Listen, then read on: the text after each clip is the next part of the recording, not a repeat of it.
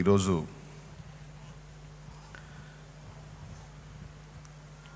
మనం చాలా సంతోషించాల్సినటువంటి రోజు.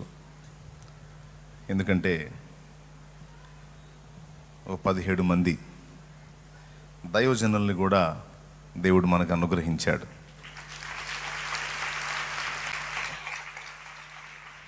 ఒక వ్యక్తిని దేవుడు పిలుచుకుంటే ఆ వ్యక్తిని వాడుకోకుండా వదలటం అసంభవం. వాడుకుంటాడు.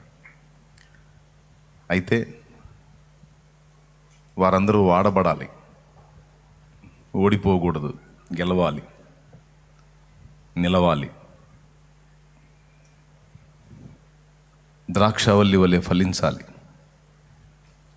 ఇది నా కోరిక, మీ కోరిక కూడా అదే అని అనుకుంటున్నా. అయితే వారైనా మనమైనా ఇప్పుడు మనం అనుకున్నట్లుగా ఫలించాలి అంటే ఆ ఫలింపును గూర్చినటువంటి రహస్యం ఒకటి ఉంది బైబిల్ గ్రంథంలో. అది మార్కు సువార్త 3వ అధ్యాయము 13వ వచనంలో ఉంది. మార్కు సువార్త 3వ అధ్యాయం 13వ వచనంలో, ఆయన కొండ ఎక్కి తనకిష్టమైన వారిని పిలువగా, ఆయన కొండ ఎక్కి తనకిష్టమైన వారిని పిలువగా వారు ఆయన యొద్దకు వచ్చిరి. వారు ఆయన యొద్దకు వచ్చారు. వారు తనతో కూడా ఉండునట్లును, వారు తనతో కూడా ఉండునట్లును, దయ్యములను వెళ్ళగొట్టు అధికారము గలవారై, దయ్యములను వెళ్ళగొట్టు అధికారము గలవారై, సువార్త ప్రకటించుటకును, సువార్త ప్రకటించుటకును వారిని పంపవలనని ఆయన 12 మందిని నియమించెను. దేవునికి స్తోత్రం. ఈ వాక్యంలో నుండి పరిశుద్ధాత్మ దేవుడు కొన్ని సంగతులు మనతో ముచ్చటించునుగాక. ఆమేన్. ఈరోజు సేవలోనికి ప్రవేశించినటువంటి వాళ్ళు కావచ్చు, అసలు ఇరుకు మార్గంలోనికి ప్రవేశించిన వాళ్ళు కావచ్చు, మనకు తెలియకుండానే ఓ పోరాటంలోనికి మనం ప్రవేశించాం. ఇరుకు మార్గంలోనికి ప్రవేశించిన వారు కానీ, ఇప్పుడు సేవలోకి వచ్చిన వాళ్ళు కానీ తమకు తెలియకుండానే ఒక పోరాటంలోనికి ప్రవేశించారు. ఏం పోరాటం? ఎవరితో పోరాటం? కంటికి కనబడే శత్రువా, కనబడని శత్రువా? అంటే కంటికి కనబడే శత్రువులు 2, కంటికి కనబడని శత్రువులు అనేకం.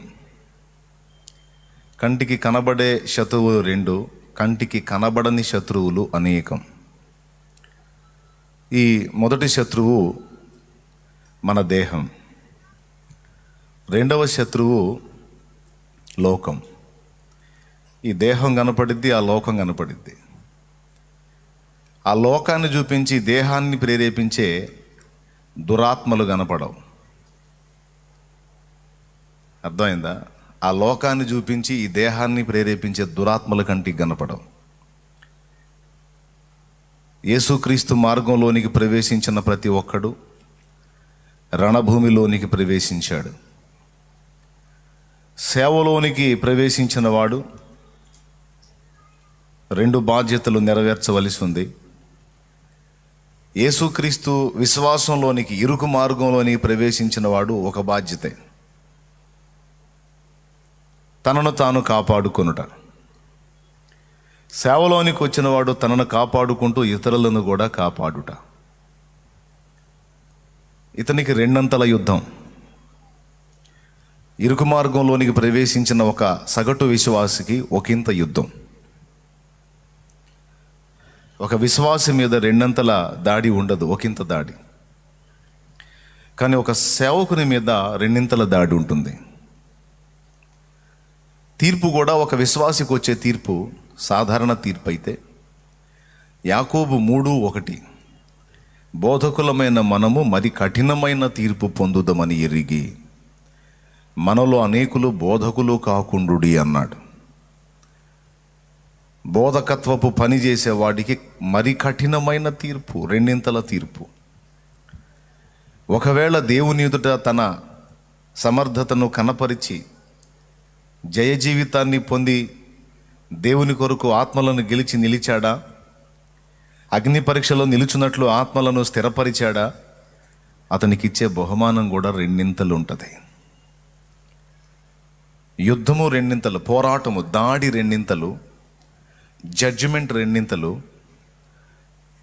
ఒకవేళ యోగ్యుడుగా కనబడితే ఒక సగటు సాధారణ విశ్వాసికి వచ్చే బహుమానం వేరు, దైవ సేవ చేసే దైవ జనుడికి వచ్చే బహుమానం వేరు. అతని ఎగ్దం కిరీటం.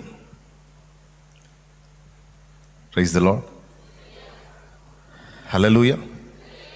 ఎందుకంటే పౌలు అన్నాడు కాబట్టి, పౌలు మహనీయుడు అన్నాడు, మంచి పోరాటం పోరాడి తిని నా పరుగు కడముట్టించి తిని నా విశ్వాసము కాపాడుకుంటే నీక మీదట నా కొరకు నీతి కిరీటం ఉంచబడి ఉన్నది. ఈ శరీరము కంటికి కనపడిద్ది, లోకం కంటికి కనపడిద్ది, కానీ ఆ లోకాన్ని చూపించి శరీరాన్ని ప్రేరేపించే దురాత్మలు కంటికి కనపడవు. కానీ మనందరినీ ఖచ్చితంగా కొన్ని దురాత్మలు నిరంతరం గమనిస్తూనే ఉంటాయి. దేవదూతలు మహిమ దేహధారులు. వారు మహిమ శరీరముతో పుట్టారు. వారు ఆత్మలుగా జీవించగలరు, అవసరాన్ని బట్టి ఆకారాన్ని కూడా కనపరచగలరు. ఇది తెలుసుకోవాలి మనం. దేవదూతలు ఆత్మజీవులుగా సంచరించగలుగుతారు. అలాగే కనపడాలి అనుకున్నప్పుడు తమ దేహాన్ని తాము వ్యక్తపరచగలిగే సామర్థ్యం కూడా వారు కలిగి ఉన్నారు. ఎందుకంటే కొంతమంది భక్తులకు వారు కనిపించడం జరిగింది. హెబ్రీ పత్రికలోనేమో మనకు పరిచారము చేసే సేవకులైన ఆత్మలు అని కూడా రాసుంది. కాబట్టి దేవదూతలు మహిమ శరీరాన్ని ధరించుకొని ఉన్నవారు. అంతేకాదు, దేవదూతలకు మనకంటే మించిన శక్తి సామర్థ్యములున్నవి. మనకంటే మించిన మానవాతీత శక్తి సామర్థ్యములు దేవదూతలకు ఉన్నాయి. ఆ పడద్రోయబడిన దేవదూతలే ఇప్పుడు దురాత్మలు. శక్తి సామర్థ్యములు మనకంటే ఎక్కువ ఉన్నాయి. అంతేకాదు, బలము కూడా మనకంటే ఎక్కువే, తేజస్సు కూడా మనకంటే ఎక్కువే. మత్తయి 28లో మీరు చూస్తే ఒక దూత స్వరూపము మెరుపు వలె ఉన్నది అని రాశాడు. చీకట్లో మనం నిలబడితే మన మొహం మనకే కనపడదు. ఒక దేవదూత ఇక్కడ నిలబడితే మొత్తం లైట్లన్నీ ఆపేసి ఒక దూత నిలబడితే పట్టపగల్లా కనపడింది. మెరుపు మెరిస్తే రాత్రి వేళ రోడ్డు మీద చీమ కూడా కనపడినట్టు కనపడింది. అలాగే ఒక దేవదూత బలము కూడా. నీకు ఒక ఖడ్గం ఇచ్చి ఒక రాత్రంతా ఎంతమందిని చంపగలవో చంపు అంటే ఒక 100-150 మందిని చంపేటప్పటికి అయిపోతుంది. కానీ ఒక దేవదూత ఒక రాత్రి తెల్లవారు వరకు ఎంతమందిని మొత్తాడు? 1,85,000 మందిని మొత్తాడు. అది ఒక దేవదూత బలం. ఇంత తేజస్సు కలిగి, ఇంత మానవాతీతమైన శక్తులు కలిగి, ఇంత బలం కలిగి అనుకుంటే ప్రత్యక్షమవుతారు, కాదనుకుంటే అదృశ్యమవుతారు. రెప్పపాటులో తాము అనుకున్న స్థలానికి వెళ్ళగలుగుతారు. మనం ఇక్కడి నుంచి గుంటూరు పోవాలంటే ఏం చేసి కూడా అరగంటకు దాటిపోలేం. మహా స్పీడ్గా పోయే బండి రోడ్డు మీద అన్ని వెహికల్స్ ఆపేస్తే 15 నిమిషాలు 20 నిమిషాల్లో వెళ్ళగలరు. కానీ ఒక దేవదూత తన తలంచిన తీరునే ఇక్కడ మాయమే అక్కడ ప్రత్యక్షం కాగలుగుతాడు. అంత అవకాశం ఉంది. ఇలాంటి అతీతమైనటువంటి శక్తులు కలిగినటువంటి దురాత్మలు. అంతేకాదు, మన సంగతులన్నీ వాటికి తెలుసు. మన గతం ఏంటో వాటికి తెలుసు. మన ప్రస్తుతం ఏంటో వాటికి తెలుసు. భవిష్యత్తులో మనల్ని దేవుడు ఎక్కడ ఉంచబోతున్నాడో కూడా వాటికి తెలుసు. అందుకే మనం అంటే కక్ష. వాళ్ళకు అందని స్వాస్థ్యం, వాళ్లకు దక్కని స్థానం దేవుడు మనకివ్వాలని నిర్ణయించాడు. అందుకే అవి మన మీద కక్ష బూనాయి. అందుకే వాటికి మనం అంటే ద్వేషం. లేకపోతే వాటికి మనకేం కొట్లాట? ఆస్తి తగాదాలు ఉన్నాయా? లేకపోతే ఏమన్నా పరువు నష్టం తగాదాలు ఉన్నాయా, లేకపోతే పైసలు తగాదాలు ఏమైనా ఉన్నాయా? అసలు వాటికి మరి కంటికే కనపడవు. మరి కొట్లాటేంటి? మన మీద అంత దాడెందుకు అంటే దేవుడు మనల్ని ఉంచాలనుకున్న స్థానం గొప్పది. జ్ఞానులను పడద్రోసి వెర్రివారిని దేవుడు ఏర్పరచుకున్నాడు. గర్వులను, అహంభావులను సింహాసనముల మీద నుండి పడద్రోసి దీనులను పెంట కుప్పల మీద ఉన్న వారిని పైకెత్తదలచాడు. అందుకు వాటికి అసూయ. మట్టి పురుగులైన మీరు మాకంటే ఘనస్థానంలోకి వెళతారా? ఎలా పోతారో మేము చూస్తాం అని కుట్రబూని నిరంతరం దాడి చేస్తాయి. ఏ గొప్ప స్థానాన్ని మనకి ఇవ్వాలని దేవుడు మనల్ని శిక్షణ అనుభవం కోసం భూమి మీదకి రప్పించాడో అవేవి మనం స్వతంత్రించుకోకుండా భ్రష్టులమై వాటికి నియమింపబడిన నిత్య నరకాగ్నికి మనం కూడా ప్రవేశించాలని ఆహారనిశలు కృషి చేస్తూ అవి మనుషుల్ని పట్టి పీడిస్తూ నరకానికి ఈడ్చుకెళ్తున్నాయి. ఒక వ్యక్తి చెడిపోయిన జీవితంలో ఉండి కనపడుతున్నాడు అంటే అతడు తేడా అని మనం అనుకుంటాం. కానీ కొన్ని దురాత్మలు ఆ వ్యక్తిని శోధిస్తున్నాయి అన్న సంగతి మనకు అర్థం కాదు. ఎందుకంటే ఈ మనిషి కనపడుతున్నాడు, అవి కనపడట్లా.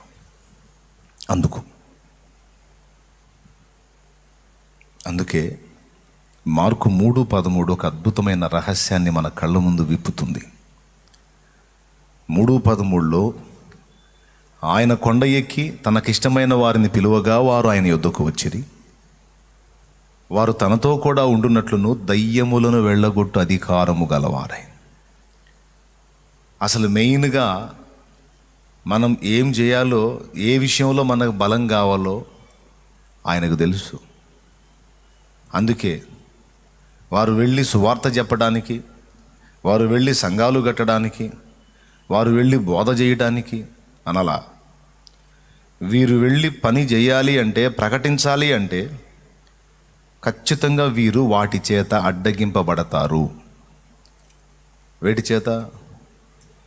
దయ్యముల చేత. అవి అడ్డగిస్తాయి. కాబట్టి ఫస్టే చూడండి, దయ్యములను వెళ్ళగొట్టే అధికారం వాళ్ళకి ఇవ్వడానికి నిర్ణయించాడు. ఎందుకంటే బలవంతుడైన వానిని మొదట బంధించకపోతే వాని ఇంటిని దోచుకునట సాధ్యము కాదు. అందుకే ఫస్ట్ పవరే. ఇక్కడే కాదు, ఈ మార్కు గారే పరిశుద్ధాత్మ ప్రేరేపితుడై మరో చోట కూడా ఇదే చెప్పాడు.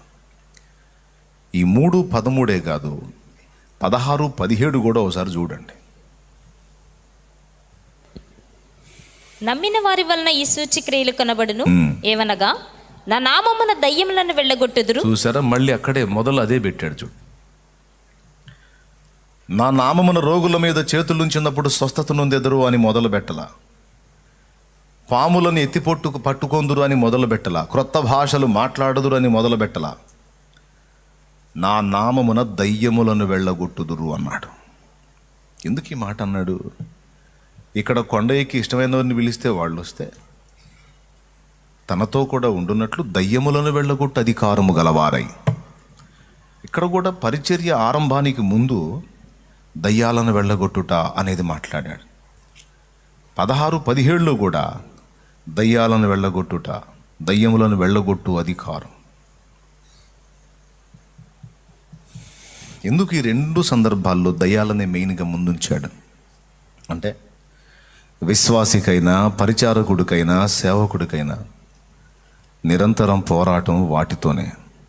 ఎఫెసీ పత్రిక 6:12 మనము పోరాడున్నది శరీరులతో కాదు అన్నాడు. అయిపోయింది అక్కడ. మనం పోరాటం ఎన్ని పోరాటాలు చేసినా అది మనుషులతో కాదర్రా.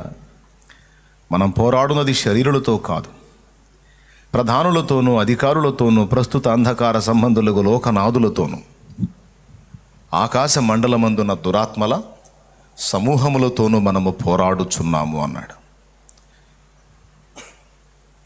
Praise the Lord. కాబట్టి ఈ వచనాలన్నీ ఏకమై ఏం చెప్తున్నాయంటే, మానవాతీతమైన శక్తి కలిగినటువంటి దుష్ట శక్తులు దురాత్మలు ఇరుకు మార్గంలో ప్రవేశించిన వారిని, ప్రభు యొక్క పరిచర్యలో సేవా మార్గంలోనికి ప్రవేశించిన వారిని అడ్డగించడానికి నిరంతరం పోరాడుతూ ఉంటాయి గనుక వాటి విషయంలో మొట్టమొదట మనకి అధికారమును బలమును కావాలి. ఇది ఆయనకు తెలుసు. చాలామంది దేవుని యందలి విశ్వాసమును నిలుపుకోవాలని, పరిశుద్ధ మార్గంలో నీతిగా నిలబడాలని తప్పించి పడిపోతూ ఉంటారు. కారణం అవే. చాలామంది సేవకు వచ్చి అద్భుతంగా దేవుని కొరకు ఫలించాలన్న ఆరాటంతో ఆరాటపడుతూ ఎగిరెగిరి సేవ మొదలుపెట్టి అనతి కాలంలోనే ముందు ఎదుటి వాళ్ళని రక్షించటమేమో కానీ నా పనే అయిపోయేటట్టుంది, అనేకులకు ప్రకటించి రక్షించుట ఏమో, నేనే భ్రష్టుడు నగుదునేమో, భ్రష్టురాలి నగుదునేమో అన్న భయముతో వేదన ఉండటం కొన్ని జీవితాల్లో మనం చూస్తాం. ఎందుకు ఇలాంటి పరిస్థితి? దాడి. దీన్ని అందరూ గుర్తించాలి. ఇరుకు మార్గంలోనికి ప్రవేశించిన తరువాత మనల్ని వెన్నుతట్టి ముందుకు ప్రోత్సహించేవారు తక్కువ, వెనక్కి లాగటానికి పోరాడేవారు ఎక్కువ. సేవా మార్గంలోనికి ప్రవేశించిన తర్వాత కూడా అది ఏ విధమైన సేవ కావచ్చు, సువార్త ప్రకటించే సేవ కావచ్చు, సంఘాన్ని గట్టి నడిపించే సేవ కావచ్చు, ప్రార్థన విజ్ఞాపనల పరిచర్య కావచ్చు, పై విచారణ కావచ్చు, ఉపకార ధర్మములు చేసే సేవ కావచ్చు, బోధక సేవ కావచ్చు, అపోస్తలిక సేవ కావచ్చు, కాపరి సేవ కావచ్చు, ఉపదేశకుని సేవ కావచ్చు. అది ఏ విధమైనదైనా, ఎన్ని విధములైనా మనిషి అడ్డగింపబడతాడు, నిరంతరం అడ్డగింపబడతాడు. ఎందుకంటే దయ్యాలు నిన్ను ముందుకు ప్రోత్సహించే వాళ్ళు తక్కువ, వెనక్కి లాగే వాళ్ళు ఎక్కువ. ఏ కొంచెం అవకాశం ఇచ్చినా పడద్రోయటానికి ఎప్పుడూ సన్నద్ధులై ఉంటారు వాళ్ళు. మన మనుషులు, మనకి నిద్ర ఆహారం ఉంది, అవి మహిమ దేహధారులు గనుక వాటికి నిద్రాహారాలు అవసరం లేదు. నిరంతరం పని చేయగలం. సమయమందు అసమయమందు అని పౌలు చెప్పిన మాట అవి నెరవేర్చగలుగుతాయి. మనకు సాధ్యం కాదు. నిజం. తినేది ఉండే, మనకి పండుకునేది ఉండే, పగలుండే రాత్రి ఉండే, వాటికి ఎప్పుడు డ్యూటీయే. కాబట్టి యేసు ప్రభు హైలైట్ చేశాడు ఆ పాయింట్ని. వాటితో పోరాటం గనుక అవి మనకంటే జ్ఞానం కలిగినవి, బలము కలిగినవి, శక్తి కలిగినవి, ప్రభావం కలిగినవి, మన చరిత్రలు ఎరిగినవి, భూలోకాన్ని ఆక్రమించుకొని ఉన్నవి, మనల్ని ఇప్పటికే ఎంతో ఎఫెక్ట్ చేస్తున్నవి, మన కంటికి కనబడని అదృశ్య శత్రువులు. ఏ కోణంలో చూసినా వాటి ముందు మనం ఎందుకు పనికి రాం? ఏ విధంగా ఆలోచించినా వాటి దెబ్బకి మనం చాలం. కానీ వాటితోనే మన యుద్ధం. విచిత్రం ఏంటంటే బలవంతుల మీదికి బలహీనులను ఎంచుకున్నాడు దేవుడు. అది ఆయన గొప్పతనం. సమవుజ్జి కాదు. మీరు బలవంతులు, బలహీనులైన నా పిల్లల చేత మిమ్మల్ని కొట్టేస్తా, సవాల్ అని మేసం తిప్పాడు యేసయ్య.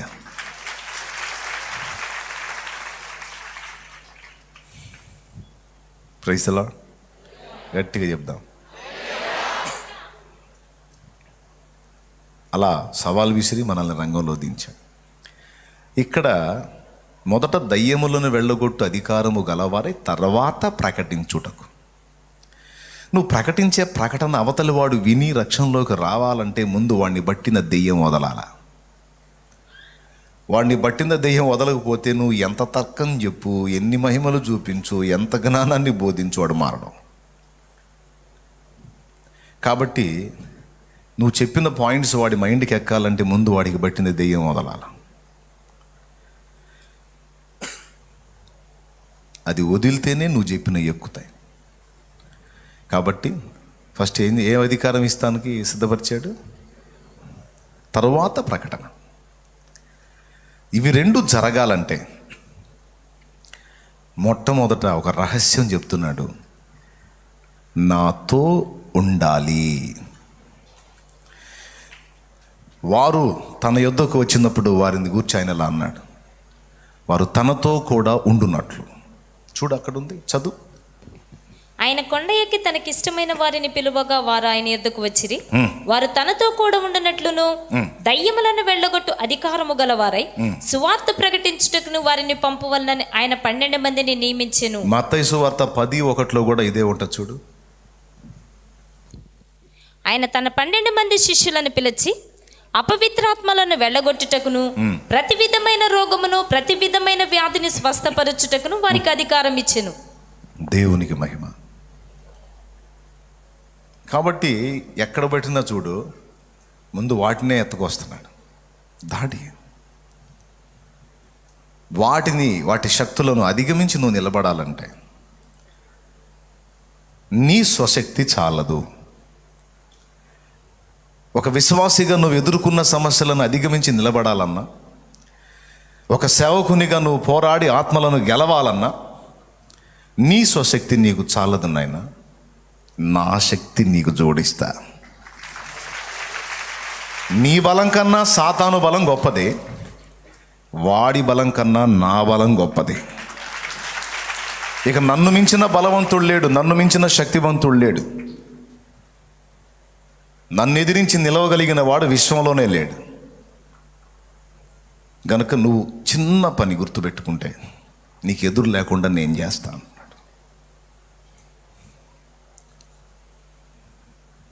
ఏంటి ప్రభు ఆ చిన్న పని? ఏం లేదు, నువ్వు నాతో ఉండు చాలు. ఎప్పుడెప్పుడు ఉండాలి? పొద్దున కాసేపు, మధ్యాహ్నం కాసేపు, సాయంత్రం కాసేపు సరిపోతుందంటే నో. నీవు విశ్వాసమైతే నీ కుటుంబం కోసం, నీ జీవితం కోసం కష్టపడే సమయం కేటాయించుకొని ఆ మిగతా సమయం నువ్వు నాతో ఉండాలి. నువ్వు దైవజనుడు అయితే ఒకవేళ జీవన సంబంధమైన పని ఏదన్నా చేసుకుంటూ సేవ చేస్తుంటే, నీవు పని చేసుకుంటూ సేవ చేసుకుంటూ ఈ మధ్య ఎంత గ్యాప్ ఉందో అంత గ్యాప్ నువ్వు నాతో ఉండాలి. ఒకవేళ సంపూర్ణంగా నువ్వు అన్నీ వదిలేసి సేవకు వచ్చినట్లయితే, నీవు సేవ చేసే సమయం మినహాయించి మిగిలిన సమయం ఎంత అవకాశం ఉంటే అంత, ఎంత ఎక్కువ ఉంటే అంత నీకే మంచిది. ఇది యేసై చెప్పిన రహస్యం. యేసైతో కూడా ఉంటే ఏం జరుగుతుంది చెప్పనా? మొట్టమొదట వాటిని ఎలా ఎదుర్కోవాలో జ్ఞానం అబ్బుతుంది. నువ్వు చదువుకున్న చదువు దయ్యాలతో పోరాటానికి పనికిరాదు. కొంతమంది తమ చదువు మీద డిపెండ్ అవుతారు. నేను బాగా చదివాను. మన చదువు దయ్యాలతో పోరాటానికి పనికిరాదు. మహోన్నతుని పాదాల దగ్గర విద్య నేర్చుకున్న అనుభవం కావాలి. అపోస్తల కార్యం 4 మీరు చూడగలిగితే,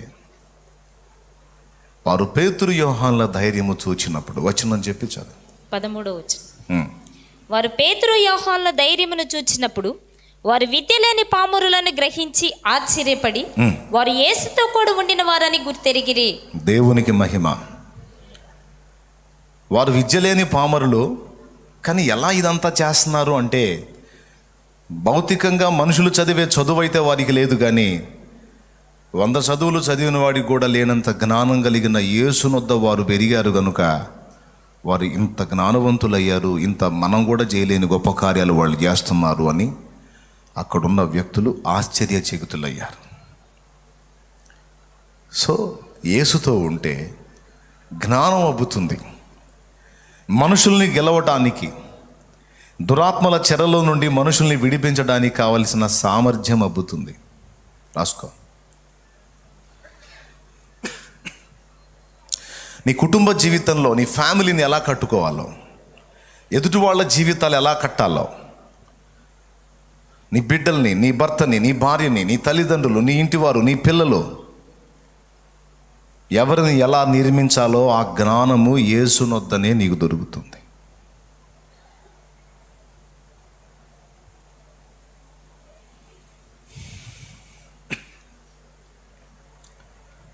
రెండు,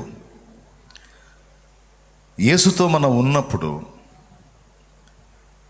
మనం అపవాదిని మించిన శక్తితో నింపబడతాం. సేవ చేయటానికి కావాలని దగ్గుతున్నా, కరోనా వచ్చింది అనుకోవాకండి. ఎందుకంటే నేను చెప్పేదాని మీద నుంచి మళ్ళీ మైండ్ డైవర్ట్ చేస్తాడు వాడు సైతాన్. అందుకని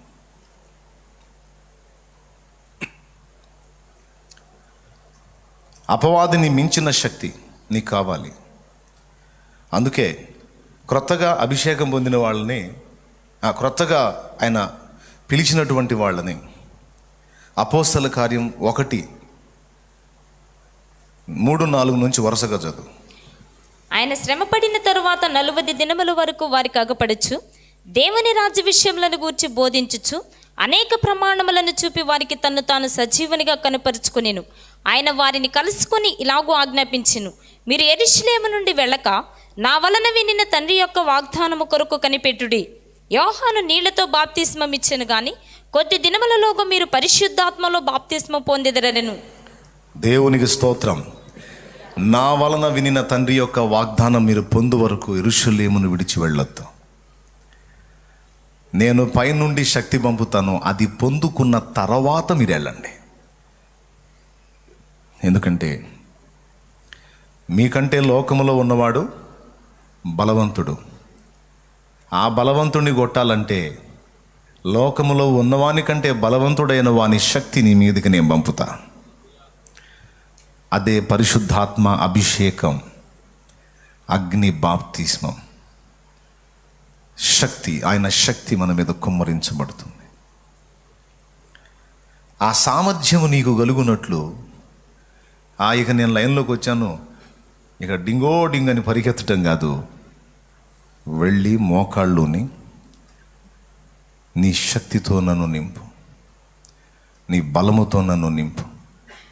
శత్రువు బలవంతుడు, నేను బలహీనుణ్ణి. ఆ బలవంతుడిని కొట్టడానికి నా బలం చాలదు, నీ బలం కావాలి. అందుకే నీ ఆత్మతో నన్ను అభిషేకించయ్యా అని ఆయన పాదాల దగ్గర కనిపెట్టుకోవాలి. లోకాశలను జయించాలన్నా, లోకమును జయించాలన్నా, లోకస్తులను జయించి రక్షించాలన్నా మన శక్తి చాలదు. అందుకే పరిశుద్ధాత్మ మనకు వాగ్దానము చేయబడ్డాడు. ఆ ఆత్మ బలముతో మనం నింపబడితేనే వాడిని ఎదిరించగలుగుతాం. కనుక ఇది రెండవ ఉపయోగం. ఆయనతో మనం ఉన్నందువలన మనకు జ్ఞానము, సామర్థ్యము కలుగుతాయి. నీ విద్యతో ఆయనకు నిమిత్తం లేదు, బైబిల్ చాలు. బైబిల్ నువ్వు చదివినా లేక బైబిల్ విన్నా చాలు. బైబిల్ చదవటం చేతగాని తమ్ముడు మన మధ్యలో ఉన్నాడు. చదవటానికి చదువు లేదు, కానీ బైబిల్ నాకు తెలిసి 5-6 సార్లు పెట్టుకొని విని బైబిల్లో ఉన్న విషయాలు గ్రహించి తను నేర్చుకొని వాక్యాన్ని ప్రకటిస్తున్నాడు. చదువు వచ్చినోడే ఒకసారి కూడా చదవలేదు, కనీసం న్యూస్ పేపర్కి ఇచ్చినంత విలువ కూడా బైబిల్కి ఇవ్వడు.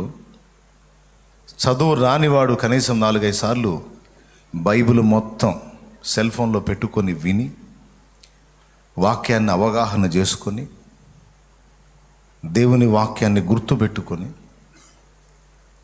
ప్రకటించి సంఘాన్ని గట్టి సేవ చేస్తున్నాడు. 2 ఉన్నారు అలాంటి వాళ్ళు, ఇక్కడే ఉన్నారు బలిపీఠం మీద. ప్రైజ్లో చదువు వచ్చి జ్ఞానం ఉండి ఒక్కసారి కూడా బైబిల్ చదవకుండా అధోగతిలో కూర్చున్న వాళ్ళు మీలో కొంతమంది ఉన్నారు. సిగ్గుపడండి, మారు మనసు పొందండి, దిద్దుకోండి. Praise lord. ఆయన మాటలు వినుట ద్వారా మనకు జ్ఞానం అబ్బుతుంది, సామర్థ్యం కలుగుతుంది.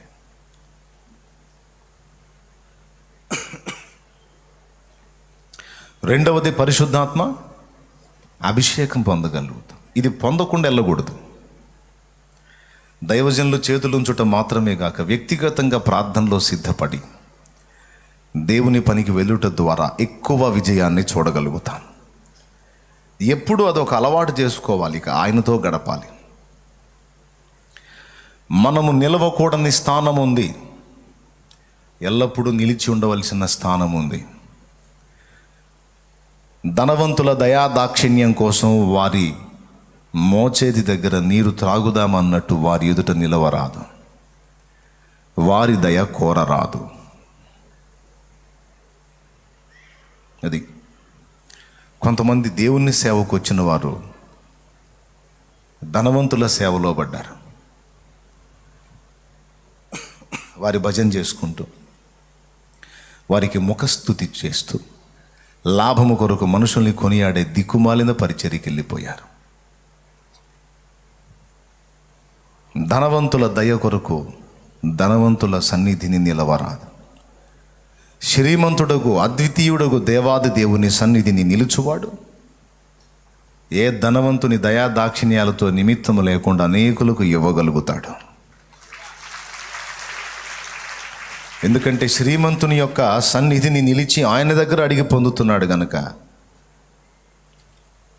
ఏదైనా స్వతంత్రించుకోగలుగుతాడు. ఏ ఒక్కరి దగ్గర మనం వెళ్ళి నిలవనివ్వడు దేవుడు. నువ్వు నిలవాల్సిన వాడి దగ్గర నిలిస్తే పనికిమాలిన వాళ్ళ దయ కొరకు చేతులు జాచి అడుక్కునే గతి మనకు రానివ్వడాయన. ధనవంతులైనా, అధికారులైనా, రాజులైనా నీ దయ కొరకు నీ దగ్గరకు వచ్చి దేహి అని చేయి జాపేటట్టు నిన్నుంచుతాడు దేవుడు. ఎలీషాకి డబ్బుందా? ఎలీషాకి డబ్బుందా? ఏమాత్రం ఉందేంది? ఏం లేదు. డబ్బు లేదు, సరైన వస్త్రాలు లేవు, నెత్తి మీద జుట్టు కూడా లేదు. దేవునికి మహిమ. ఎవరికి? ఎలీషాకి. నెత్తి నిండి కొంతమంది నెత్తి మీద జుట్టు పోయిందని దిగులేసుకుంటాం. ఏం దిగులు పడాల్సిన అవసరం లేదు. జుట్టు ఉంటే దావీదు అభిషేకం అనుకో, జుట్టు లేకపోతే ఎలీషాగా నేను ఏర్పరిచాడు అనుకో. ఎలీషా అంటుండు. దేవునికి స్తోత్రం కలుగునుగా. హల్లెలూయా. ఏమన్నా జుట్టు లేని దగ్గర చేయబెట్టి ఎలీషా, ఆస్తు లేవు, అంతస్తు లేవు, నెత్తి మీద వెంట్రుకలు, దేవుడున్నాడు.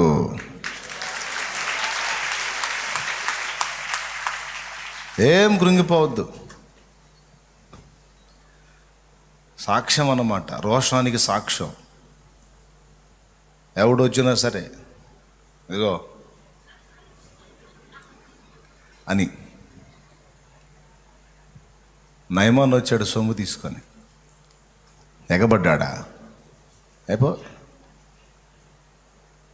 చూడు, రాజులు ఎలీషా దగ్గరకు వచ్చారు, సైన్యాధిపతులు ఎలీషా దగ్గరకు వచ్చారు. ఎలీషా ఎవరి దయ కొరకు వెళ్ళి దేహిని చేయి చాపలా. ఎందుకో తెలుసా?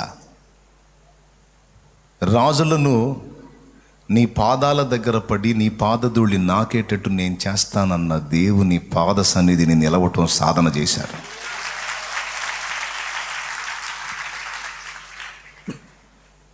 అది ఈరోజు ఒక విశ్వాసివిగా అయినా, నువ్వు పరిచారకుడు అయినా, సేవకుడు అయినా ఈ రోషం ఉండాలి.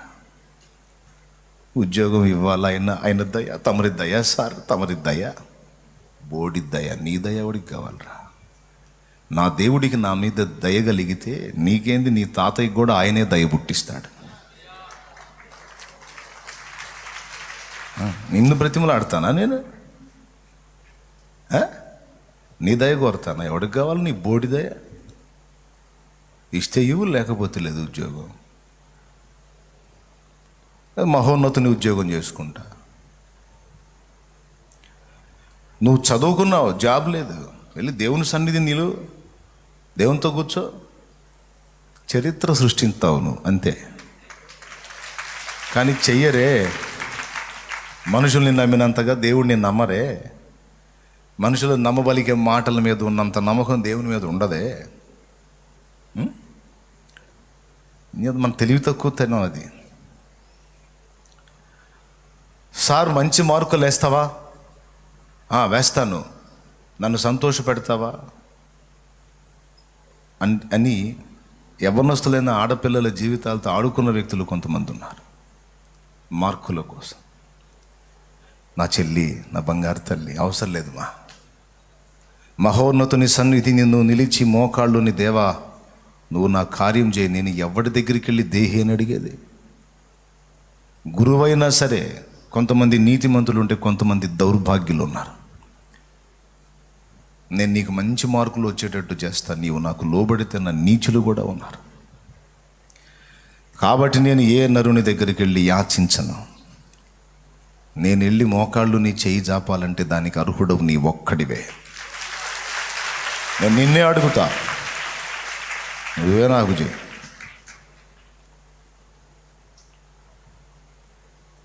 Promotion, transfer, etcetera etcetera.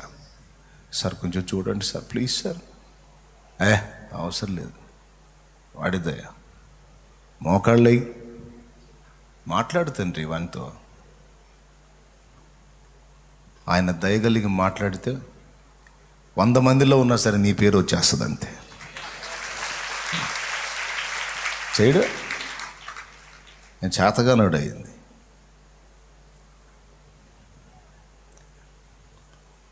అందుకే చెప్తున్నా, నువ్వు భౌతిక నీ నీ నీ నీ అవసరతలకు సంబంధించిన విషయంలోనైనా, సేవా సంబంధమైన విషయాల్లోనైనా, ఎందులోనైనా ఆయన చాలినవాడు.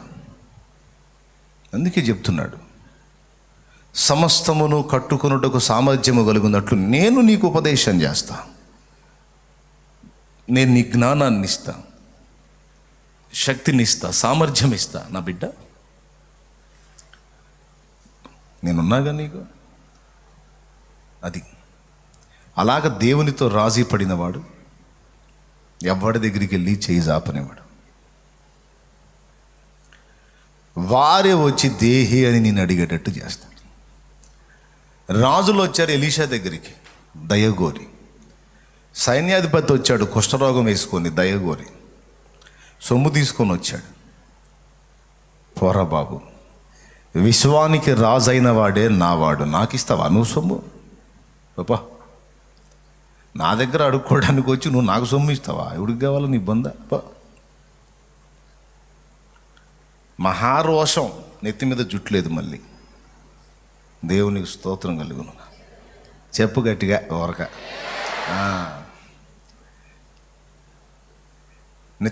నెత్తి మీద మళ్ళీ నిండుగా జుట్టు లేదు. మళ్ళీ మహారోషం. ఎంత రోషం అబ్బా! ఎవరన్నా ఇంత మేలు చేసి ఆతిథ్యం ఇస్తే ఏం చేయాలో నీకోసం నేను అన్నాడు. శునేమీరాలైన స్త్రీతో ఇంత మర్యాద మా ఎడల కనపరిచింది, దైవజనుడని నన్ను ఇంత సత్కరించింది, దేవుని బిడ్డనని, దేవుని మనిషినని నన్నింత ఆదరించింది. తన కొరకు మనం ఏం చేయాలో అనుకో. వెంటనే గెహజీ తపన, ఆమెకి పిల్లలు లేరు సార్, వాళ్ళ ఆయన ముసలోడు అన్నాడు. ఈ ఎంక్వైరీలో ఉన్నాడు మనోడు. గురువుగారితో ఉండి గురువుగారి విధానం ఏంది, పద్ధతులు ఏంది ఈ గడి కనిపెట్టట్లా. ఏ ఇంటికి పోతే ఆ ఇంటికి ఏం ఎట్లుంది, ఆయన ఎట్టున్నాడు, ఈ వెతుక్కునే రకం అన్నమాట. కొంతమంది అదో టైపులో ఉంటారు. ఆమె వచ్చి ఆయన సముఖంలో నిలిచినప్పుడు ఏమన్నాడు? నీ కొరకు రాజుతో మాట్లాడమంటావా అన్నాడు. అంటే రాజు సైతము ఎలీషా మాట చెబితే సచ్చినట్టు వినాలా. వినకపోతే రాజుకు మూడిద్ది. ఏం మూడిద్ది అంటే రాజు ఇక రాజులాగా ఉన్నాడు, బూజు పట్టిపోతాడు అంతే. అందుకే ఒక సిఫారసు మాట పంపిణీ వెళ్ళిందంటే రాజుకు చెప్పాను, నేను చెప్పాను అని చెప్పంటే సచ్చినాడు రాజునాల. అది ఎలీషాకి ఏమన్నా ఆస్తులు ఉన్నాయా, అధికారం ఉందా, ఏముందండి? మరి రాజు భయపడటం ఏంది ఎలీషా దెబ్బకి? ఎందుకంటే ఎలీషాకి తోడైన వాడు నరుడుగాడు, భూమి ఆకాశముల సృష్టికర్త యగు యెహోవా.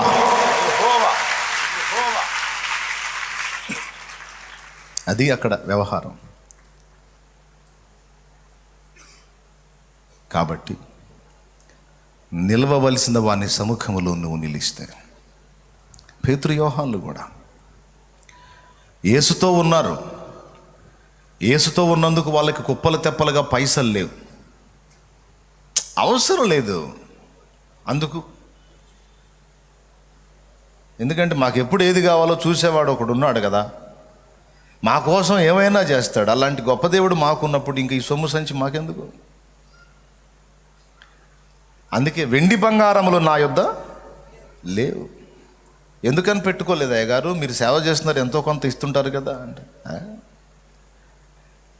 అవంత ముఖ్యం కాదు. ఎందుకంటే నాకు ఎప్పుడు ఏం కావాలో, మాకు ఎప్పుడే అవసరం ఉందో మొత్తం తెలుసు ఆయనకి, ఆయన చూసుకుంటాడు. వాళ్ళకి మేమెందుకు మళ్ళా? కాబట్టి డబ్బు మా దగ్గర మేము కలిగి లేము. కొంతమంది అంటారు, అన్న పైసలు బాగుంటే సేవ సూపర్ చేయొచ్చు అన్న అని, పైసలు చేతి నిండా ఉంటే సేవ అద్భుతంగా చేయొచ్చు అని. నా సహోదర దైవజనులు హిమ్ అనే ఒక దుర్మార్గపు సంస్థలో చిక్కుబడి చాలామంది నష్టపోయారు. వారి ఆశ మంచిదే, కానీ దానికోసం వారు ఎంపిక చేసుకున్న మార్గం సరైంది కాదు. మనీ సర్క్యులేషన్ స్కీమ్ అని 10,000 కడితే 50,000 వస్తాయని సంఘస్థుల చేత గట్టించారు, అన్యజనుల చేత గట్టించారు. చివరికి వాడు మోసగిస్తే పాపం బలైపోయారు, సేవలు పాడైపోయినాయి. అంటే వాళ్ళ ఆశ ఏంటంటే డబ్బు పుష్కలంగా ఉంటే గొప్ప సేవ చేయొచ్చు అని వారి అభిప్రాయం. కాదండి, కాదు. దేవుని పనికి ధనం అవసరమే కాస్తో కూస్తో, కానీ ధనం ఇచ్చేవాడు ఇవ్వాలి, ఇచ్చే విధంగా ఇవ్వాలి, ఎంత అవసరమో అంతే ఇవ్వాలి, లేకపోతే కొంపలు అంటుకుపోతాయి. డబ్బు పుష్కలంగా ఉంటే సేవ సూపర్గా చేయొచ్చు, ఏం లేదు. ఇన్ని రకాల స్పీకర్లు పెట్టి, ఇంత పెద్ద సౌండ్ సిస్టమ్ పెట్టి, ఈరోజు నేను ప్రకటించినటువంటి ఈ సేవను మీరు చూశారు. ఓ చిన్న హౌస్ బాక్స్ పెట్టుకొని అందులో ప్రకటించిన అనుభవం కొందరు చూశారు. ఏమీ తేడా లేదు, అదే ఆత్మల పంట, అదే మంట.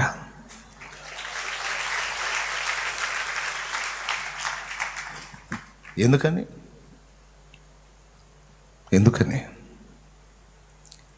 దేవుడు ఉంటే చాలు. ఇంకా మనకన్నా చిన్న బాక్సులు, పెద్ద బాక్సులు. అపోస్తలుల కార్యాల్లో అసలు స్పీకర్లే లేవు. కనిపెట్టినోడు ఎవడు అక్కడ? గళమెత్తి పెంతెకోస్తోళ్ళు పెద్ద పెద్దగా అరిసి సువార్త చెబుతారని కొంతమంది ఎగతాళి చేస్తారు. పిల్లారా, దేవుడు దేవుడు దేవుడు అని అరిస్తే అమ్మ ఏంది పెంతెకోస్తోళ్ళ కేకలు అంట.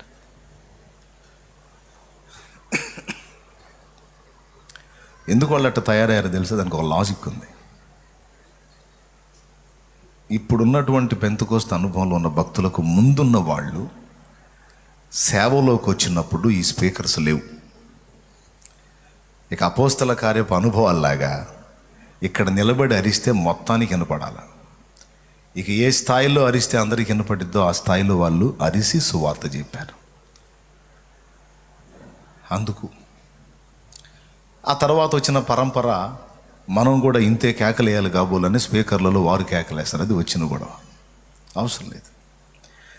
ఆ ముందు తరం వాళ్ళు స్పీకర్లు లేవు కాబట్టి కేకలేసి చెప్పారు. కానీ ఇప్పుడు స్పీకర్లలో కేకలేస్తే చెవుల్లోంచి రకతం వస్తుంది. జస్ట్ ఒక కేక వేయగానే బిత్తరపోయారు ఇప్పుడు కదా.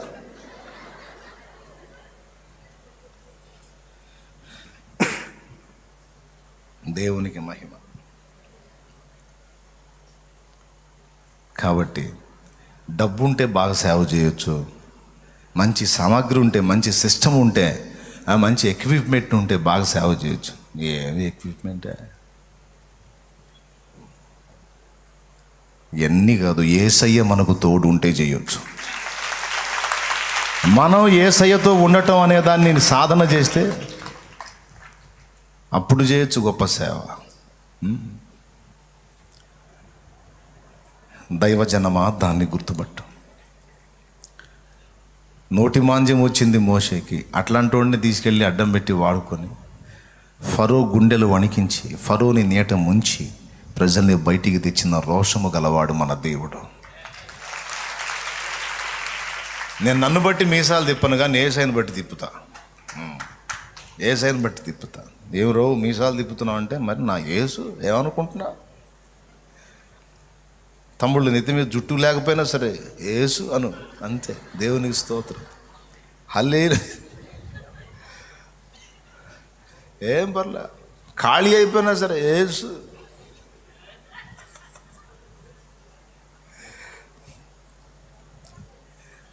దేవునికి మహిమ.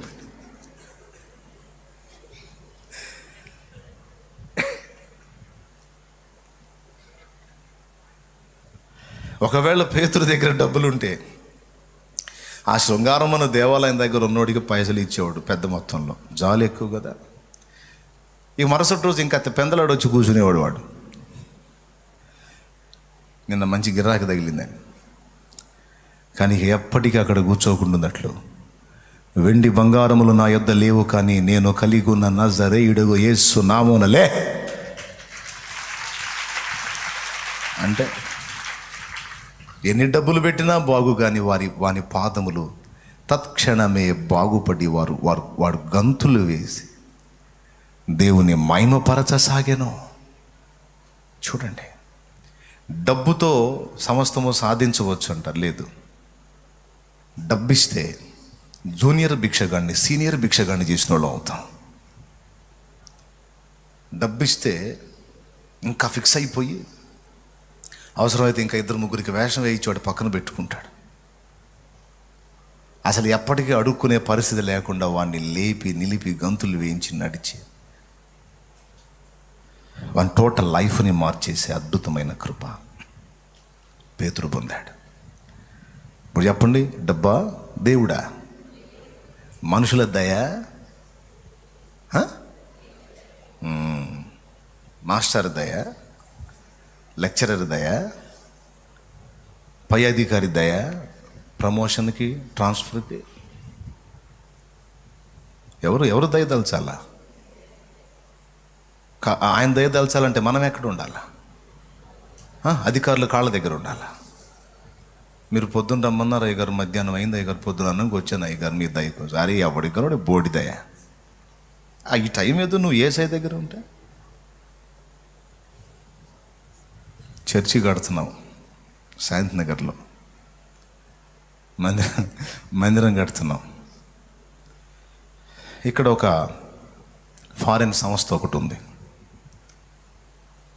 వాళ్ళు మంచోళ్ళే, మంచిగా సేవ చేసిన వాళ్ళు. ఇల్లు కట్టుకునే వాళ్ళకి వాళ్ళు 30 బస్తాల సిమెంట్ అను 15,000 డబ్బులు ఇస్తున్నారని ప్రచారం వచ్చింది. నేనే విశ్వాసంతో మొదలుపెట్టాను చర్చి. 7,000 రూపాయలు. ఆ ఉన్న సంఘం అంతా ఎంత? 70-80 మంది ఉంటారు, 100 లోపు. నేను ఒక లెక్కేసా, వాళ్ళందరినీ కూర్చోబెట్టి ఆదివారం ప్రసంగం. ప్రిలారా, మనందరం తలకు ఒక 2 ఏళ్ళు వేసుకుంటే 70 మంది 7 రోజులు 14,40,000. 1,50,000తో చర్చి అయిపోయింది. 2007-8 మధ్యలో ఇది. ఎంత చర్చి? 50 పొడవు, 22 ఎడల్పు, అది అయిపోయింది. కాబట్టి మీరు దేవుని కొరకు తలకు ఒక 2,000 వేసుకొని సిద్ధపడండి, వచ్చే వారం కానుక పడతా అన్న. పిచ్చి తెలివి. వాళ్ళ ఇళ్లల్లో పనిచేసే పని మనుషులు, వాళ్ళ ఇంటోళ్ళు తాగుబోతులై వీళ్ళే స్పందన షేర్మోలా తెచ్చుకొని కట్టుకుంటున్నారు అప్పు. తాగేదేమో మగోళ్ళు, అప్పులు కట్టేదేమో ఆడోళ్ళు. ఆ అనుభవాలు వాళ్ళు మునిగి తేలుతుంటే ఇప్పుడు నేను చెబితే వాళ్ళు ఎక్కడ తెస్తారు? అందుకని విశాలమైన మనసుతో వచ్చే వారం కానుక పడితే 6,000 వచ్చింది. 6,000 ఎంతకి? 1,40,000. అప్పుడే తీర్మానం చేసుకున్నా ఇంక ఎప్పుడు జనాన్ని అడగకూడదని, ఈ తలకొక 2 తలకు వేయని దరిద్ర పని ఎప్పుడు చేయకూడదని ఆ రోజే చెప్పా. అసలు ఇక నేను అడగను, మీ ఇష్టం ఉంటే ఇవ్వండి లేకపోతే ప్రార్థన చేయండి అన్న. అప్పటి నుంచి ఇప్పటిదాకా అదే అలవాటు. ఎవరిని తలకు ఒక 1,000 వేసుకో, 2,000 వేసుకో, 1,00,000 వేసుకో, 2 లక్షలు వేసుకో, అంత గట్టి ఇంత గట్టి చెత్త వ్యవహారం అప్పుడే వదిలేసి స్టార్టింగ్లో నేర్పాడు. ఎరా తలకు ఒక 2,000 వేసావుగా, ఎన్నైనా సిగ్గు వచ్చింది నాయన.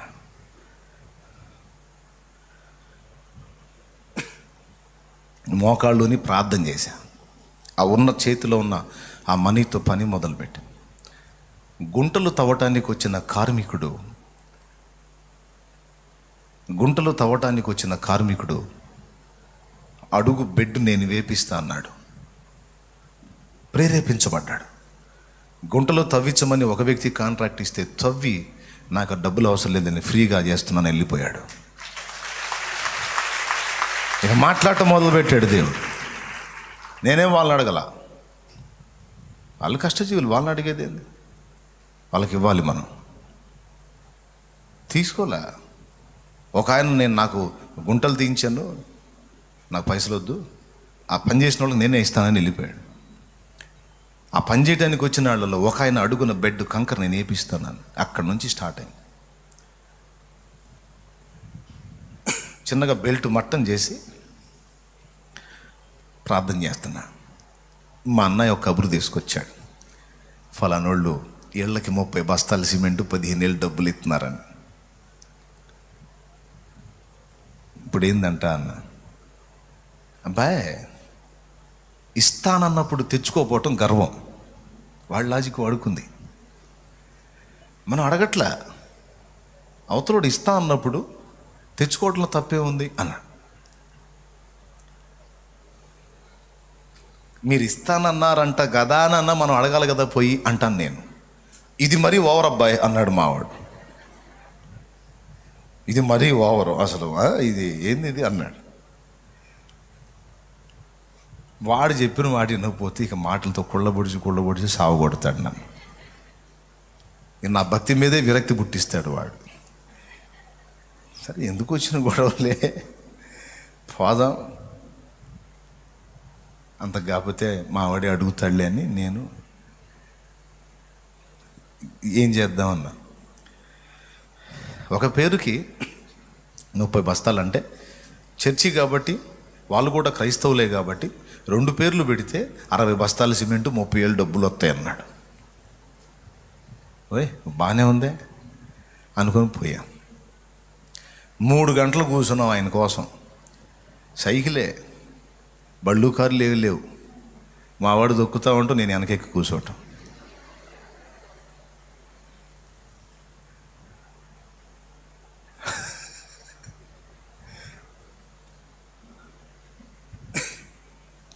పోయి ఆయన గారి కోసం 3 గంటలు కూర్చున్నాం బయట. చిరాకు పుట్టింది నాకు. ఏందబ్బాయి అంటా నేను, ఏదో మొత్తానికి ముఖ్యమైన విషయం మాట్లాడుతున్నట్టు వస్తాడులే అంట. 3 గంటలకు మావాడికి కూడా విరక్తి పుట్టింది. చివరికి సాయంత్రం 5-5:30 అయింది. ఇక ఆయన గదిలోంచి బయటకు వస్తున్నాడు. ఆ ఉన్నోళ్ళందరూ బయటకు వచ్చారు. ఇక మేము లోపలికి పోవాలా. ఆయన వస్తా ఏంది అన్నాడు. అంటే ఇట్లాగా సిమెంట్ ఇస్తున్నారంట, మనీ ఇస్తున్నారంట కదా ఇల్లు కట్టుకుంటే, మేము ఇట్లా చర్చి కడుతున్నామండి, మీరు ఏదైనా హెల్ప్ చేస్తారేమని వచ్చామంటే, అదే లేదు ఇప్పుడు లేదు, పండి అన్నాడు. గాలి తుస్సుమని పోయింది.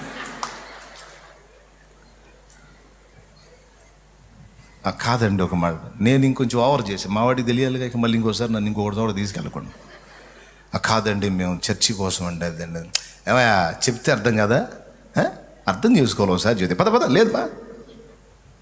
బయటకు వచ్చి మావాడికి వెళ్ళి చూసి వెంటనే మావాడు సైకిల్ ఎక్కి, అంటే వస్తే కదా మనకు అర్థమైంది.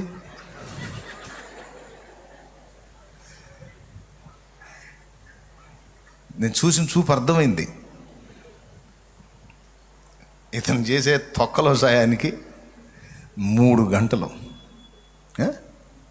సైకిల్ ఎక్కి కూర్చొని వెనక మా వాటితో చెప్పా, ఈ 3 గంటలు నా దేవుని దగ్గర కూర్చుంటే 30,000 కాదు 3 లక్షలైనా ఇవ్వగలరు, 30 లక్షలైనా ఇవ్వగలరు. నిజంగా చెప్పా. ఈసారి ఎప్పుడన్నా చూపిస్తే అడగండి, ఇంకోసారి ఎప్పుడు నాకు ఇట్ట చెప్పవాగని చెప్పా. అనుభవం నేర్చుకున్నాడు, ఎంతవరకు చెప్పాల దేవుని కృపను బట్టి. ఎవడన్నా ఆఫర్ ఉందన్నా కూడా ఎందుకులే అబ్బాయి, ప్రార్థన చేసుకున్న దేవుడే జాయిన్ చేస్తాడు. దేవునికి స్తోత్రం కలిగి.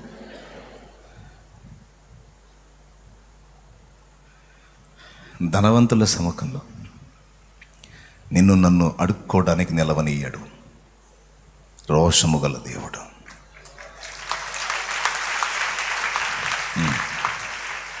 ఏ విషయాన్ని కూర్చైనా అయితే ఒక్కటి మిస్ అవ్వకూడదు, ఆయన దగ్గర ఉండాల, ఆయన అడగాల, మానక విజ్ఞాపన చేయాల. నాకు తెలీదు, నేను పోయి అతని దగ్గరికి వెళ్ళి దేహం చేయి జాపితే నీకు అవమానం కాదు, నీ బిడ్డనై ఉండి నేను నాకే పరువు పోగొట్టుకుంటానంటే పోయి అడుగుతా, నీ పరువే పోయిద్ది, నీ ఇష్టం. నేను తీయదలుచుకోలే నీ పరువు. నా తండ్రివి నీవు శ్రీమంతుడు, ఒక్క మాట వలిగితే కాదా? నీ మాటలో జీవమున్నది, అది ఏ నన్నిలలో బ్రతికించుచున్నది. నీ మాటలో జీవమున్నది, అది ఏ నన్నిలలో బ్రతికించుచున్నది. మాటతోనే చేసినావా శక్తి కలిగినవో దేవా, ఒక మాటతోనే మృతుల లేపినావా, సర్వశక్తి కలిగినవో దేవా. మాట్లాడే దేవా నా యేసయ్యా, మాట్లాడే దేవా నా యేసయ్యా. మాట తప్పవు నీవు మారని వాడవయ్యా, మాట తప్పవు మారని వాడవయ్యా. మాట్లాడే దేవా నా యేసయ్యా, మాట్లాడే దేవా నా యేసయ్యా. నీ మాటలో స్వస్థతున్నది, అది ఏ నా రోగము తొలగించుచున్నది. నీ మాటలో స్వస్థతున్నది, అది నా రోగం తొలగించుచున్నది. మాటతోనే చక్క చేసినావా, సర్వశక్తి కలిగినవో దేవా. ఒక మాటతోనే చక్క చేసినావా, సర్వశక్తి కలిగినవో దేవా. మాట్లాడే దేవా నా యేసయ్యా, మాట్లాడే దేవా నా యేసయ్యా.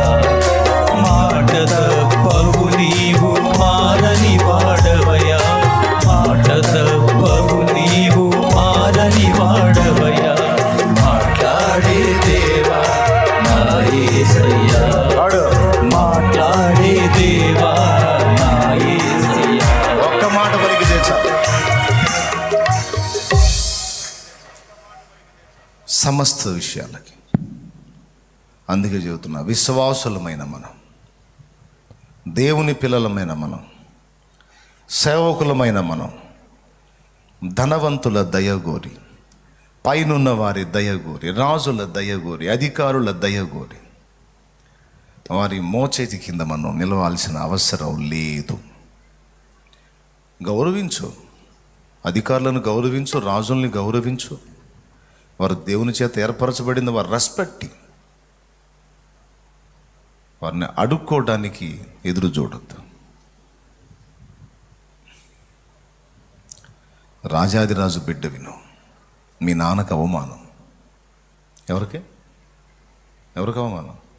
మీ నాన్నకు అవమానం.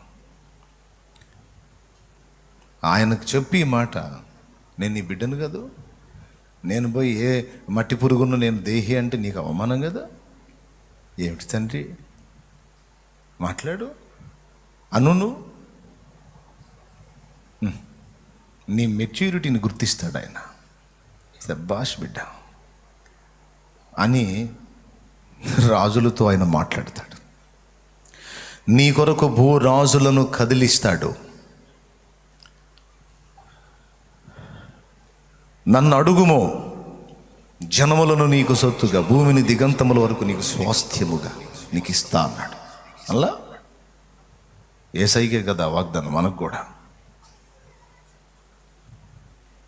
విశ్వాసమును బట్టి మనము కూడా యేసుతో కూడా వారసులం. కాబట్టి దీన్ని గుర్తుపట్టాలి. చెప్పండి, ఎవరి సముఖమున నిలవడానికి ప్రయత్నించకూడదు? మనుషుల దయగోరి మనుషుల సముఖంలో దేహి అని నిలుచుట తగదు. మనం దేవుని సముఖంలో నిలవాలి, అప్పుడు మనకు సహాయము లభిస్తుంది. నీవు నాకుండగా నీవే నాండగా, నీవు నాకుండగా నీవే నాండగా, నీవే నా ఆత్మదాహము తీర్చిన వెంబడించిన పండవు. నీవే నా నీవే నా నీవే నా నీవే నా ఆత్మదాహము తీర్చిన వెంబడించిన పండవు. కలవరపడిని కొండల వైపు నా కన్నులేతుదునా, కొండల వైపు నా కన్నులేతి కొదువతో నేను కుమిలెదనా, కొదువతో నేను కుమిలెదనా. సర్వకృపానిధివి. సూపర్ చరణం. సంపదలగనివి మొదలగానే సర్వకృపానిధివి, ఆమేన్. సంపదలగనివి సకలము చేయగలని వైపేనా కన్నులేతి చూచెదా. సకలము చేయగలని వైపేనా కన్నులేతి చూచెదా. కలవరపడినే కొండల వైపు నా కన్నులేతుదునా, కొండల వైపు నా కన్నులేతి కొదువతో నేను కుమిలెదనా, కొదువతో నేను కుమిలెదనా. Praise the Lord. ఈ పాట పాడుకోండి, రోజు పాడుకోండి. ఒకసారి అని అడుక్కోవటం మానేస్తారు. మనుషుల దయ కోసం ఎదురు చూడటం మానేస్తారు. నేను మోకాళ్ళని పాడుకుంటాగా, నేను నాకు దేవుడిచ్చిన పాటలే పాడాలని ఎచ్చులు పాడను నేను. భక్తులు బంగారం వాళ్ళు, ఆణిముత్యాలు. వాళ్ళకి దేవుడు ఆణిముత్యాలను ఇచ్చాడు. ఏం ఫీలింగ్ లేదు, ఏం ఎచ్చులు లేవు, పాడుకోవచ్చు. పాడుకుంటా, ఆధారపడాలి.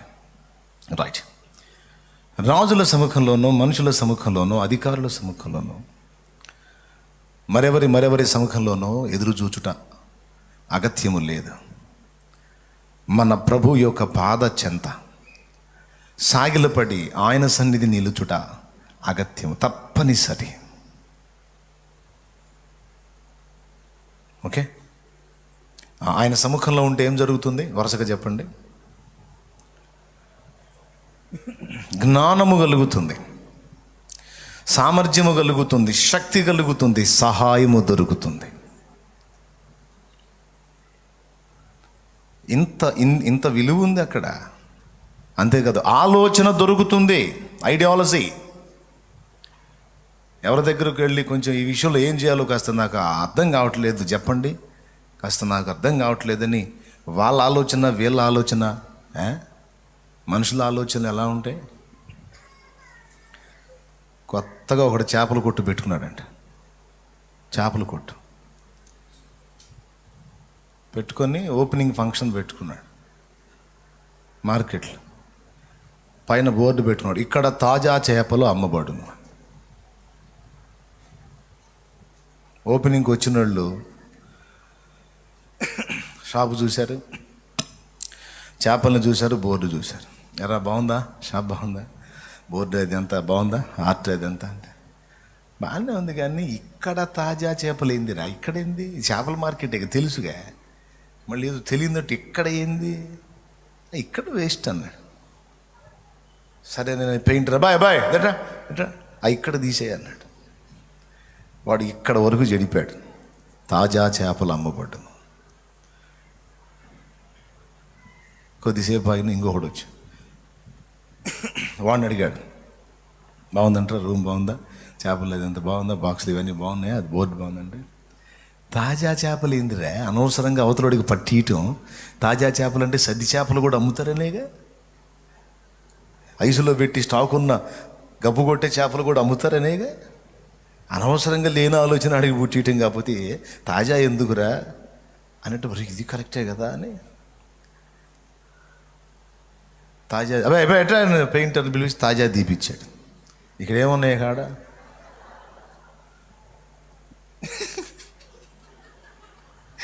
మూడో వాడు వచ్చాడు. వాడిని అడిగాడు, యారా చేపల మార్కెట్లో చేపలు కాక పీతలు అమ్ముతారా, లేకపోతే ఏమన్నా ఈగలు అమ్ముతారా, దోమలు అమ్ముతారు, ఈ చేపల మార్కెట్లో చేపలు ఎందుకు ఇది అన్నాడు. కడుపులో మండి బోర్డులాగా అవతల పడేశాడు. ఎట్టుంటాయి మనుషుల ఆలోచనలు. ఉచిత సలహాలు చెబుతుంటారు కొంతమంది, ఇట చేయొచ్చు కదా అట చేయొచ్చు కదా అని. మొత్తం సచ్చేది వాడేగా, సలహాలు చెబుతుంటాడు వీడు. దేవుడు అన్నాడు, నేను నీకు ఆలోచన చెప్పేదను, నీకు ఉపదేశం చేసేదనని.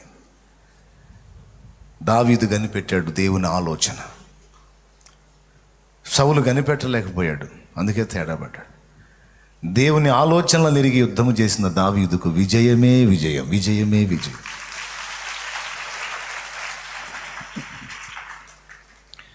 దేవుని ఆలోచన నీకు దొరికినట్లు ఆయనతో నీవు ఉండాలి. ఓకే, ఈ రకంగా చెప్పుకుంటూ పోతే మానవుడికి కావలసిన సమస్తము, సేవకుడికి కావలసిన సమస్తము, నేను చెబుతున్నా, సేవకుడు అయ్యావు కదా అని టైం అంతా తీసుకెళ్ళి సేవలో పెట్టడం డేంజర్. ఎందుకంటే శక్తిహీనుడైన వాడు బక్కోడు బలవంతుడి మీదకి పోయినట్టు ఉంటుంది. అక్కడక్కడ తగాదాలు అవుతుంటాయి, కామెడీ తగాదాలు. వాడి దగ్గర చూస్తేనే చెంచా కండు ఉండదు, ఏనుగంతోడి మీదకి పోయి ఐ ఐ అంటుంటాడు. ఊరి ఆగరా అంటే ఆగడే. వాడు చూసి చూసి చూసి అలాగూ పట్టుకొని ఒక్కటే ఒక గుద్దు డొక్కలో ఇస్తాడు, ఇక పడతాడు, సచ్చినోడు పడ్డాడు.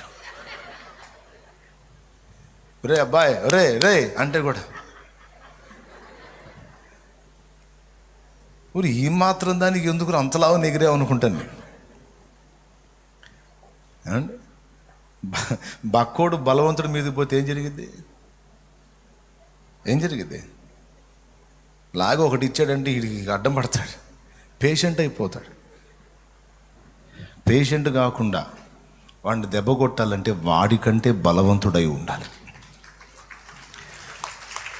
కాబట్టి అలాగున నిన్ను బలముతో నింపునట్లు దేవుని సముఖంలో నీవు గడపకుండా అల్పప్రాణిలాగా బలహీనుడు అయి ఉండి, బలహీనురాలివై ఉండి, బలవంతుడగు వాని మీద యుద్ధానికి పోతే జనాల్ని నువ్వు రక్షించటమేమో కానీ నిన్ను కొంతమంది రక్షించాల్సి వచ్చింది. సేవకుడా, ఇది చాలా సీరియస్ మ్యాటర్. మీరైనా నేనైనా. అందుకే యేసయ్యే చెప్పాడు, బలవంతుడైన వాని మొదట బంధించితేనే కానీ వాని ఇల్లు దోచుకొన సాధ్యము కాదు. వాడు బలవంతుడు, మరణ బలం గలవాడు, బుద్ధి బలం గలవాడు, దానియేలు కంటే జ్ఞానం ఉంది వాడికి. అన్ని బలాలు ఉన్నాయి వాడికి. వాడి మీదికి పోవాలంటే నీ బలము చాలదురా. దేవుడు పిలుస్తుంటాడు, కాస్త ఉండురా, నాతో గడుపురా అయ్యా, నాతో గడుపు అంటే ఉండు ప్రవ్వా, ఆత్మల ప్రవ్వా, రచ్చిత్త ప్రవ్వా అని సేవ చేస్తా ఎగురుకుంటూ పోయి సైతాన్ గడ్లా పెటామరగుడు కొట్టంగానే గిర్రు మందిరికి వచ్చి బోర్లు పడతాడు.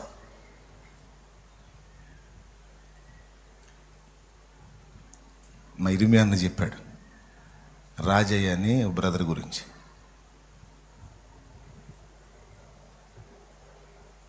దెయ్యం పెట్టినామని ఒక ఆమెను తీసుకొచ్చారంట. పాపం ఆయనకి చదువు లేదు, మొరటు మనిషి.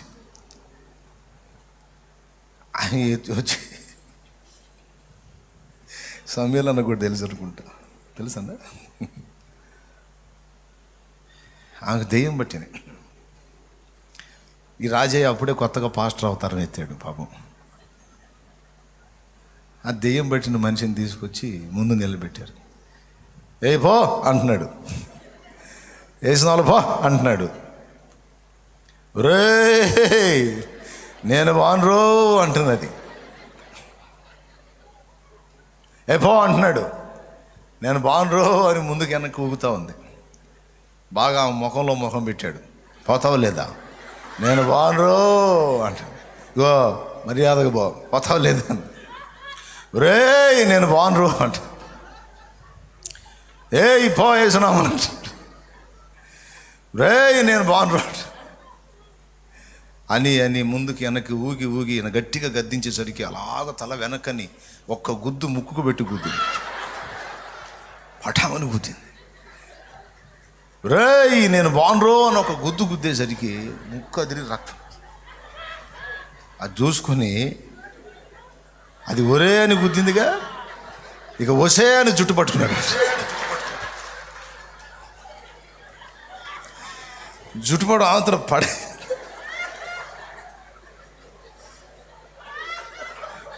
ఆత్మబలంతో పని కాలేదని నీకు కండబలం చూపించడం మొదలుపెట్టి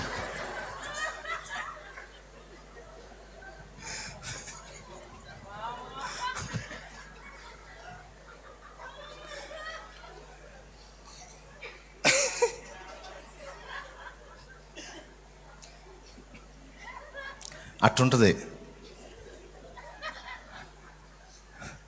అది. పాష గారు ఒక ఆయన దయ్యాన్ని వదిలించి చనిగిపోయి ఇదో పో అంటున్నాడంట. ఇగో నేను దైవజనుడిని, నీకు తెలుసు, పో నా మాటని పో అంటున్నాడు. ఏంది పోయేది, నేను బాను అంటున్నాడు. మర్యాద కాదు, పో, నేను వచ్చిన దాకా నువ్వు ఉండకూడదు పో అంట. 7-8 సార్లు బయలుదేరినా పోవట్లేదంట. పోవా అన్నాడు. ఇంత చెప్పి నేను పోతే ఇక నేనే పోతాను.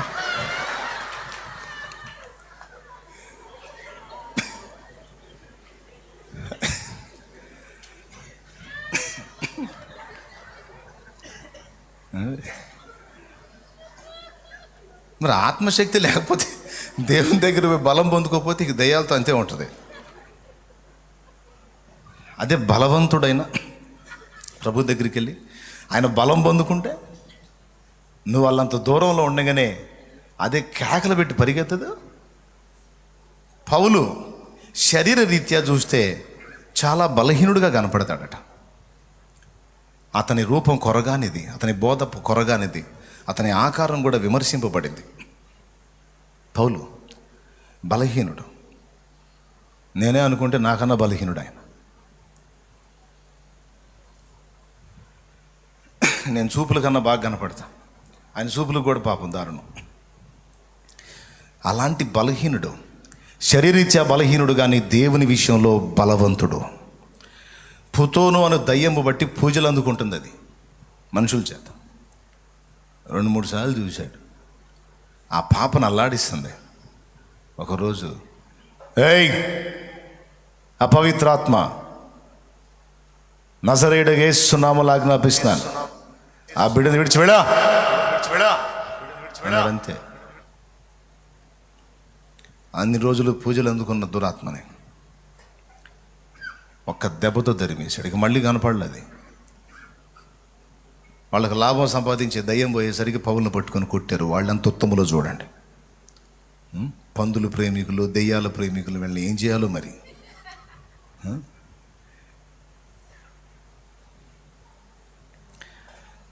శరీరరీత్యా బలహీనమైనప్పటికీ నీ ఆత్మ విషయమే బలవంతులమగునట్లు ఆయనతో గడపాలి.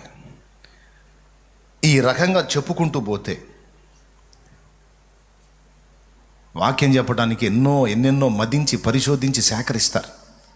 మంచి రుచికరమైన ఉపదేశాలు కుప్పలు తెప్పలుగా, టేస్టీ ఫుడ్, సులభంగా అర్థమయ్యేటట్టు రుచివంతమైన ఆహారం. నేను చెబుతున్నా, నువ్వు ఎన్ని రకాల ఉపదేశాలు సిద్ధపరచుకున్నా, ఎంత టేస్టీ ఫుడ్ రెడీ చేసుకున్నా, అందులో దేవుని యొక్క జీవము దేవుడు జోడించకపోతే నీ ఉపదేశాలన్నీ ఊహదంపుడు ప్రసంగాలే, ఎవరికి ప్రయోజనం ఉండదు. ఎక్కువ ప్రార్థనలో గడిపే భక్త సింగ్ అనే దైవజనుడు చేసిన ఉపదేశమే మళ్ళా చేసిన క్రొత్తగా అనిపించి కుప్పల తెప్పలుగా రక్షణ పొందేవాళ్ళట.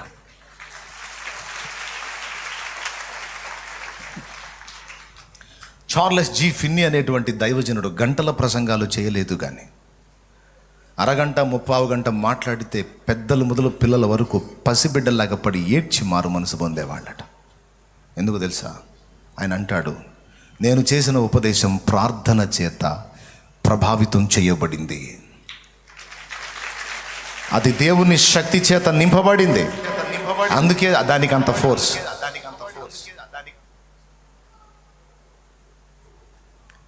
మామూలుగా ఒక అల్యూమినియం తీగె 1000 మందికి పట్టిస్తే వాళ్ళకేమన్నా ఉంటుందా? దాంతో వాళ్ళు ఏమైనా చేయగలుగుతారు. 1000 మంది అల్యూమినియం తీగను వరుసగా 1000 మంది పట్టుకోండి అంటే పైకెత్తుతారు, కింద పెడతారు, కాలి కింద పెడతారు, ముందుకంటారు, వెనక్కంటారు, ఏమైనా చేస్తారు అందరూ కలిసి. దాన్ని అంటారా? అనరా? అంటారా? అనరా? ఏమైనా ఆడిస్తారు. దాన్ని తీసుకెళ్ళి విద్యుత్తులో టచ్ చేసామనుకో 1000 మంది పళ్ళిగిలిస్తారు. మళ్ళీ పైన ఏమైనా కనపడిద్దా? మామూలు తీగే తీసుకెళ్ళి కరెంట్లో పెట్టి ఇంకా ఆడిస్తారా? ఇక అది ఆడించడం మొదలుపెట్టింది. అది దేవుని శక్తి యొక్క ప్రభావం. దేవుని శక్తితో నింపబడని నీ ఉపదేశాలన్నీ విద్యుత్ శక్తి ప్రవహించని తీగ వంటివి. నువ్వు ఎంతన్నా తిప్పలబడు, ఆడుకుంటారు జనం. అందులో నీకు దేవుని శక్తి పంపిణీ అయితే అప్పుడు పడతారు సాగిలపడి, అప్పుడు మొక్కుతారు దేవుణ్ణి. జాగ్రత్త జాగ్రత్త, చేతులు నొప్పులు. మళ్ళీ ఎందుకు అంత శాఖకి? అసలుకే మీరు ఉపవాసం ఉన్నట్టున్నారు. ఉపవాసం ఉన్నారా? ఉపమావాసం ఉన్నారా? కొంతమంది లైట్గా ఫుడ్ తీసుకుంటారు, జస్ట్ 4 ఆప్లీలు, 3 ప్లేట్లు ఇడ్లీ, 2 కోడిగుడ్డట్లు మాత్రమే తిని ఉపవాసం ఉంటారు. అన్నం తినరు అసలు యథార్థవంతులు. అన్నం మాత్రం తినరు, కానీ ఇక డబల్ తింటారు అన్నమాట. అన్యుల్లో ఇది బాగా జరిగింది. మా అమ్మ ఉండేది అప్పుడప్పుడు ఉపవాసం. మా అమ్మ ఊరకనే గుర్తుపట్టచ్చు మా అమ్మ ఉపవాసం ఉంటే. ఎందుకంటే సరుకంతా సమకూర్చాలి మా నాన్న. ఎప్పుడు తిన్న వెరైటీ ఫుడ్ అంతా అప్పుడు తింటాం మేము, ఫాస్టింగ్. సో మీరు గట్టిగా చప్పట్లు కొడితే నేను కూడా ఆనందపడతాను. మరి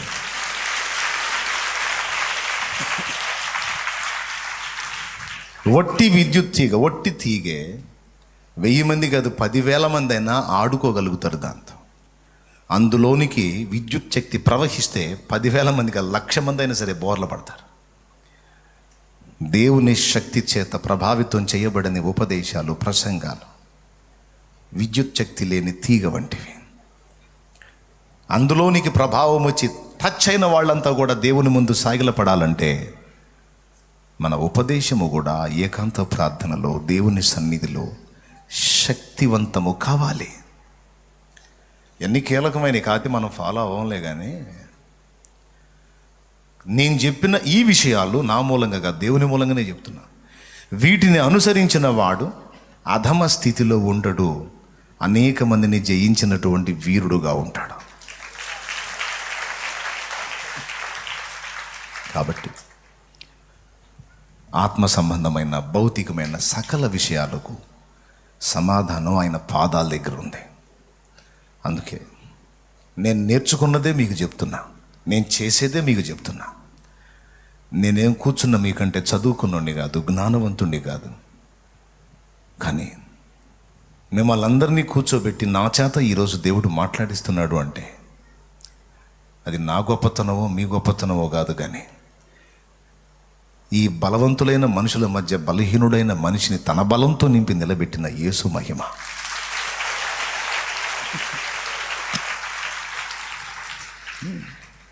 నేను నేర్చుకున్నది అదే.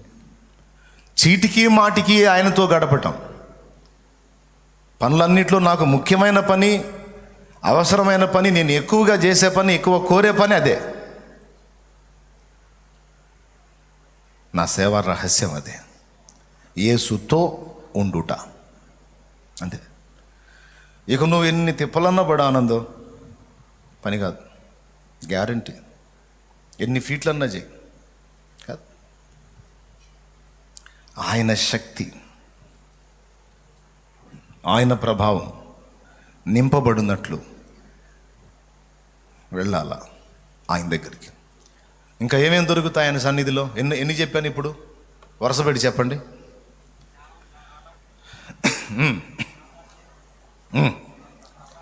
జ్ఞానము, సామర్థ్యము, సహాయము, ఐడియాలజీ,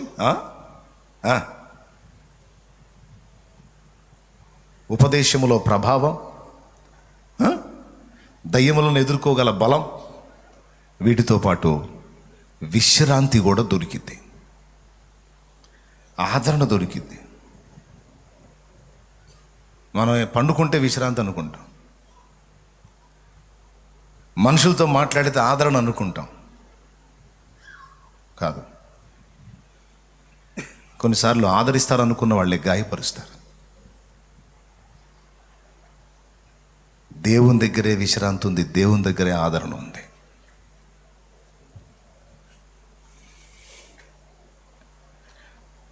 నేను పొందుకున్నాను కాబట్టి చెప్తున్నా. ఎక్కడ దొరకదు ఇంకా ఆదరణ, ఎక్కడ దొరకదు విశ్రాంతి, ఆయనతో ఏకాంతంలోనే దొరికింది. యేసయ్య శిష్యులతో అన్నాడు, అరణ్యమునకు పోయి అలసట తీర్చుకోండి అని. ఎక్కడుందో మీరు ఎత్తుక్కోండి బైబిల్లో. అలసట తీర్చుకుని ఆదరణ పొంది విశ్రమించే స్థానము అరణ్యపు అనుభవంలోనే ఉంది. అందుకే పోయాడు. కరుణాపీఠము చేరరే అనే పాటలో కూడా యేసయ్యని గురించి మాస్లమణి గారు రాశారు.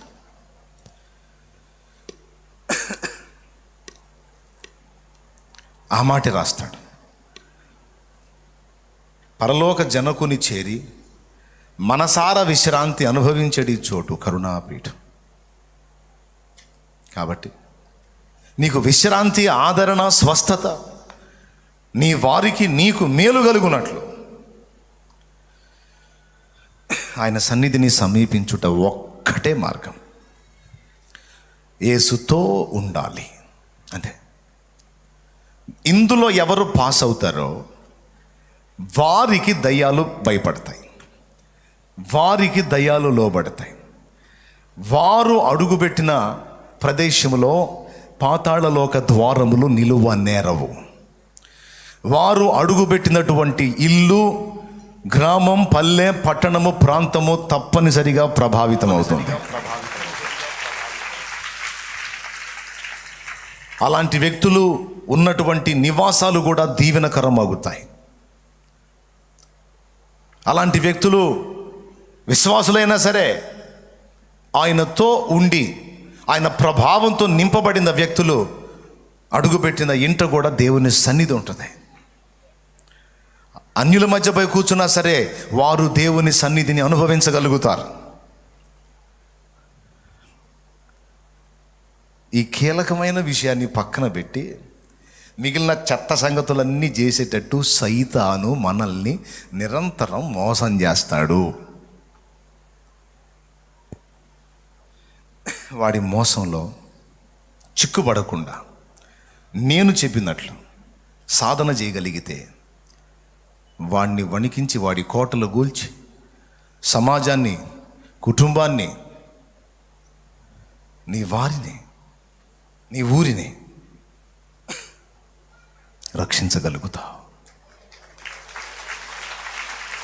కాబట్టి ఆయనతో ఉండుట అనే ఈ విషయాన్ని సీరియస్గా తీసుకుందాం. సాధన మొదలు పెడదాం ఈరోజే. రెండు మోకాళ్ళ మీద,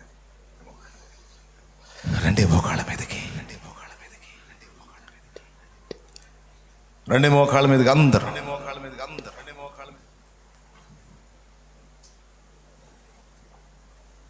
యేసుతో ఉండాలిగా. పనికి మాలిన వ్యాపకాలతో, పిచ్చి పిచ్చి వాటితో టైం వేస్ట్ చేయొద్దు. షాలేము రాజు అన్న రహస్యం అది. మాటో, పాటో, టాలెంటో, ఆహార్యమో, అందచందాలు, తెలివితేటలో కాదు. ఇవన్నీ పనికిరావు ఆయన ముందు. ఏంటి వాడి రహస్యం? షాలేము రాజు అనే వాడి రహస్యం యేసుతో ఉండుటలో కొంత సఫలత పొందే. అది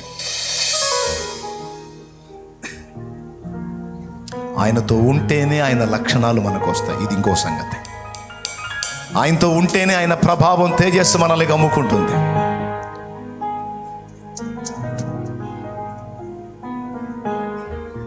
మోషే ముఖ చర్మం ప్రకాశించినట్టు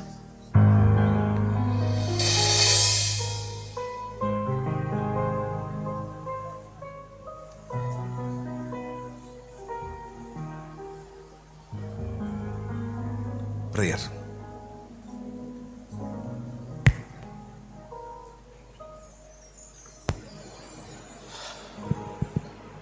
అందరం ప్రార్థన చేద్దాం. నాకు తెలుసు మోకాళ్ళుని మీరు మౌనంగా నేనేం చెబుతాను అని ఆలోచిస్తారు. పిచ్చి తెలియదు. అడగండి ఇప్పుడే దేవుణ్ణి, అడగండి. నా లోపం ఏదో నాకు ఎత్తి చూపావు, నా పొరపాటు ఏదో నాకు ఎత్తి చూపావు. ఈ రహస్యాన్ని విస్మరించి దురాత్మల చేతిలో ఓడిపోతున్నా, మనుషుల దయను వెంపర్లాడుతున్నా, ఎవరి దయ కోసమో కనిపెట్టుకుంటున్నా, దరిద్రగొట్టు స్థితిలో దిగజారిపోయా. నన్ను క్షమించు. దిద్దుకుంటున్నా, ఈరోజు మార్చుకుంటున్నా. నా బ్రతుకు నీతో ఉండాలి. ఉంటా. నన్ను అభిషేకించు. అడుగు. శక్తివంతమైన పాత్రవై దయ్యాలను గడగడలాడించి నిన్ను, నీ వారిని, అనేకులను సాధించుకోగలవు, సంపాదించుకోగలవు. మంచి జ్ఞానం స్వతంత్రించుకోగలవు, ఆత్మబలముతో నింపబడగలవు, అభిషేకం పొందగలవు, ఆలోచన తెలుసుకోగలవు. ఉజ్జీవాన్ని ఈ తరములో నీవు తీసుకురాగలవు ఆయన శక్తితో.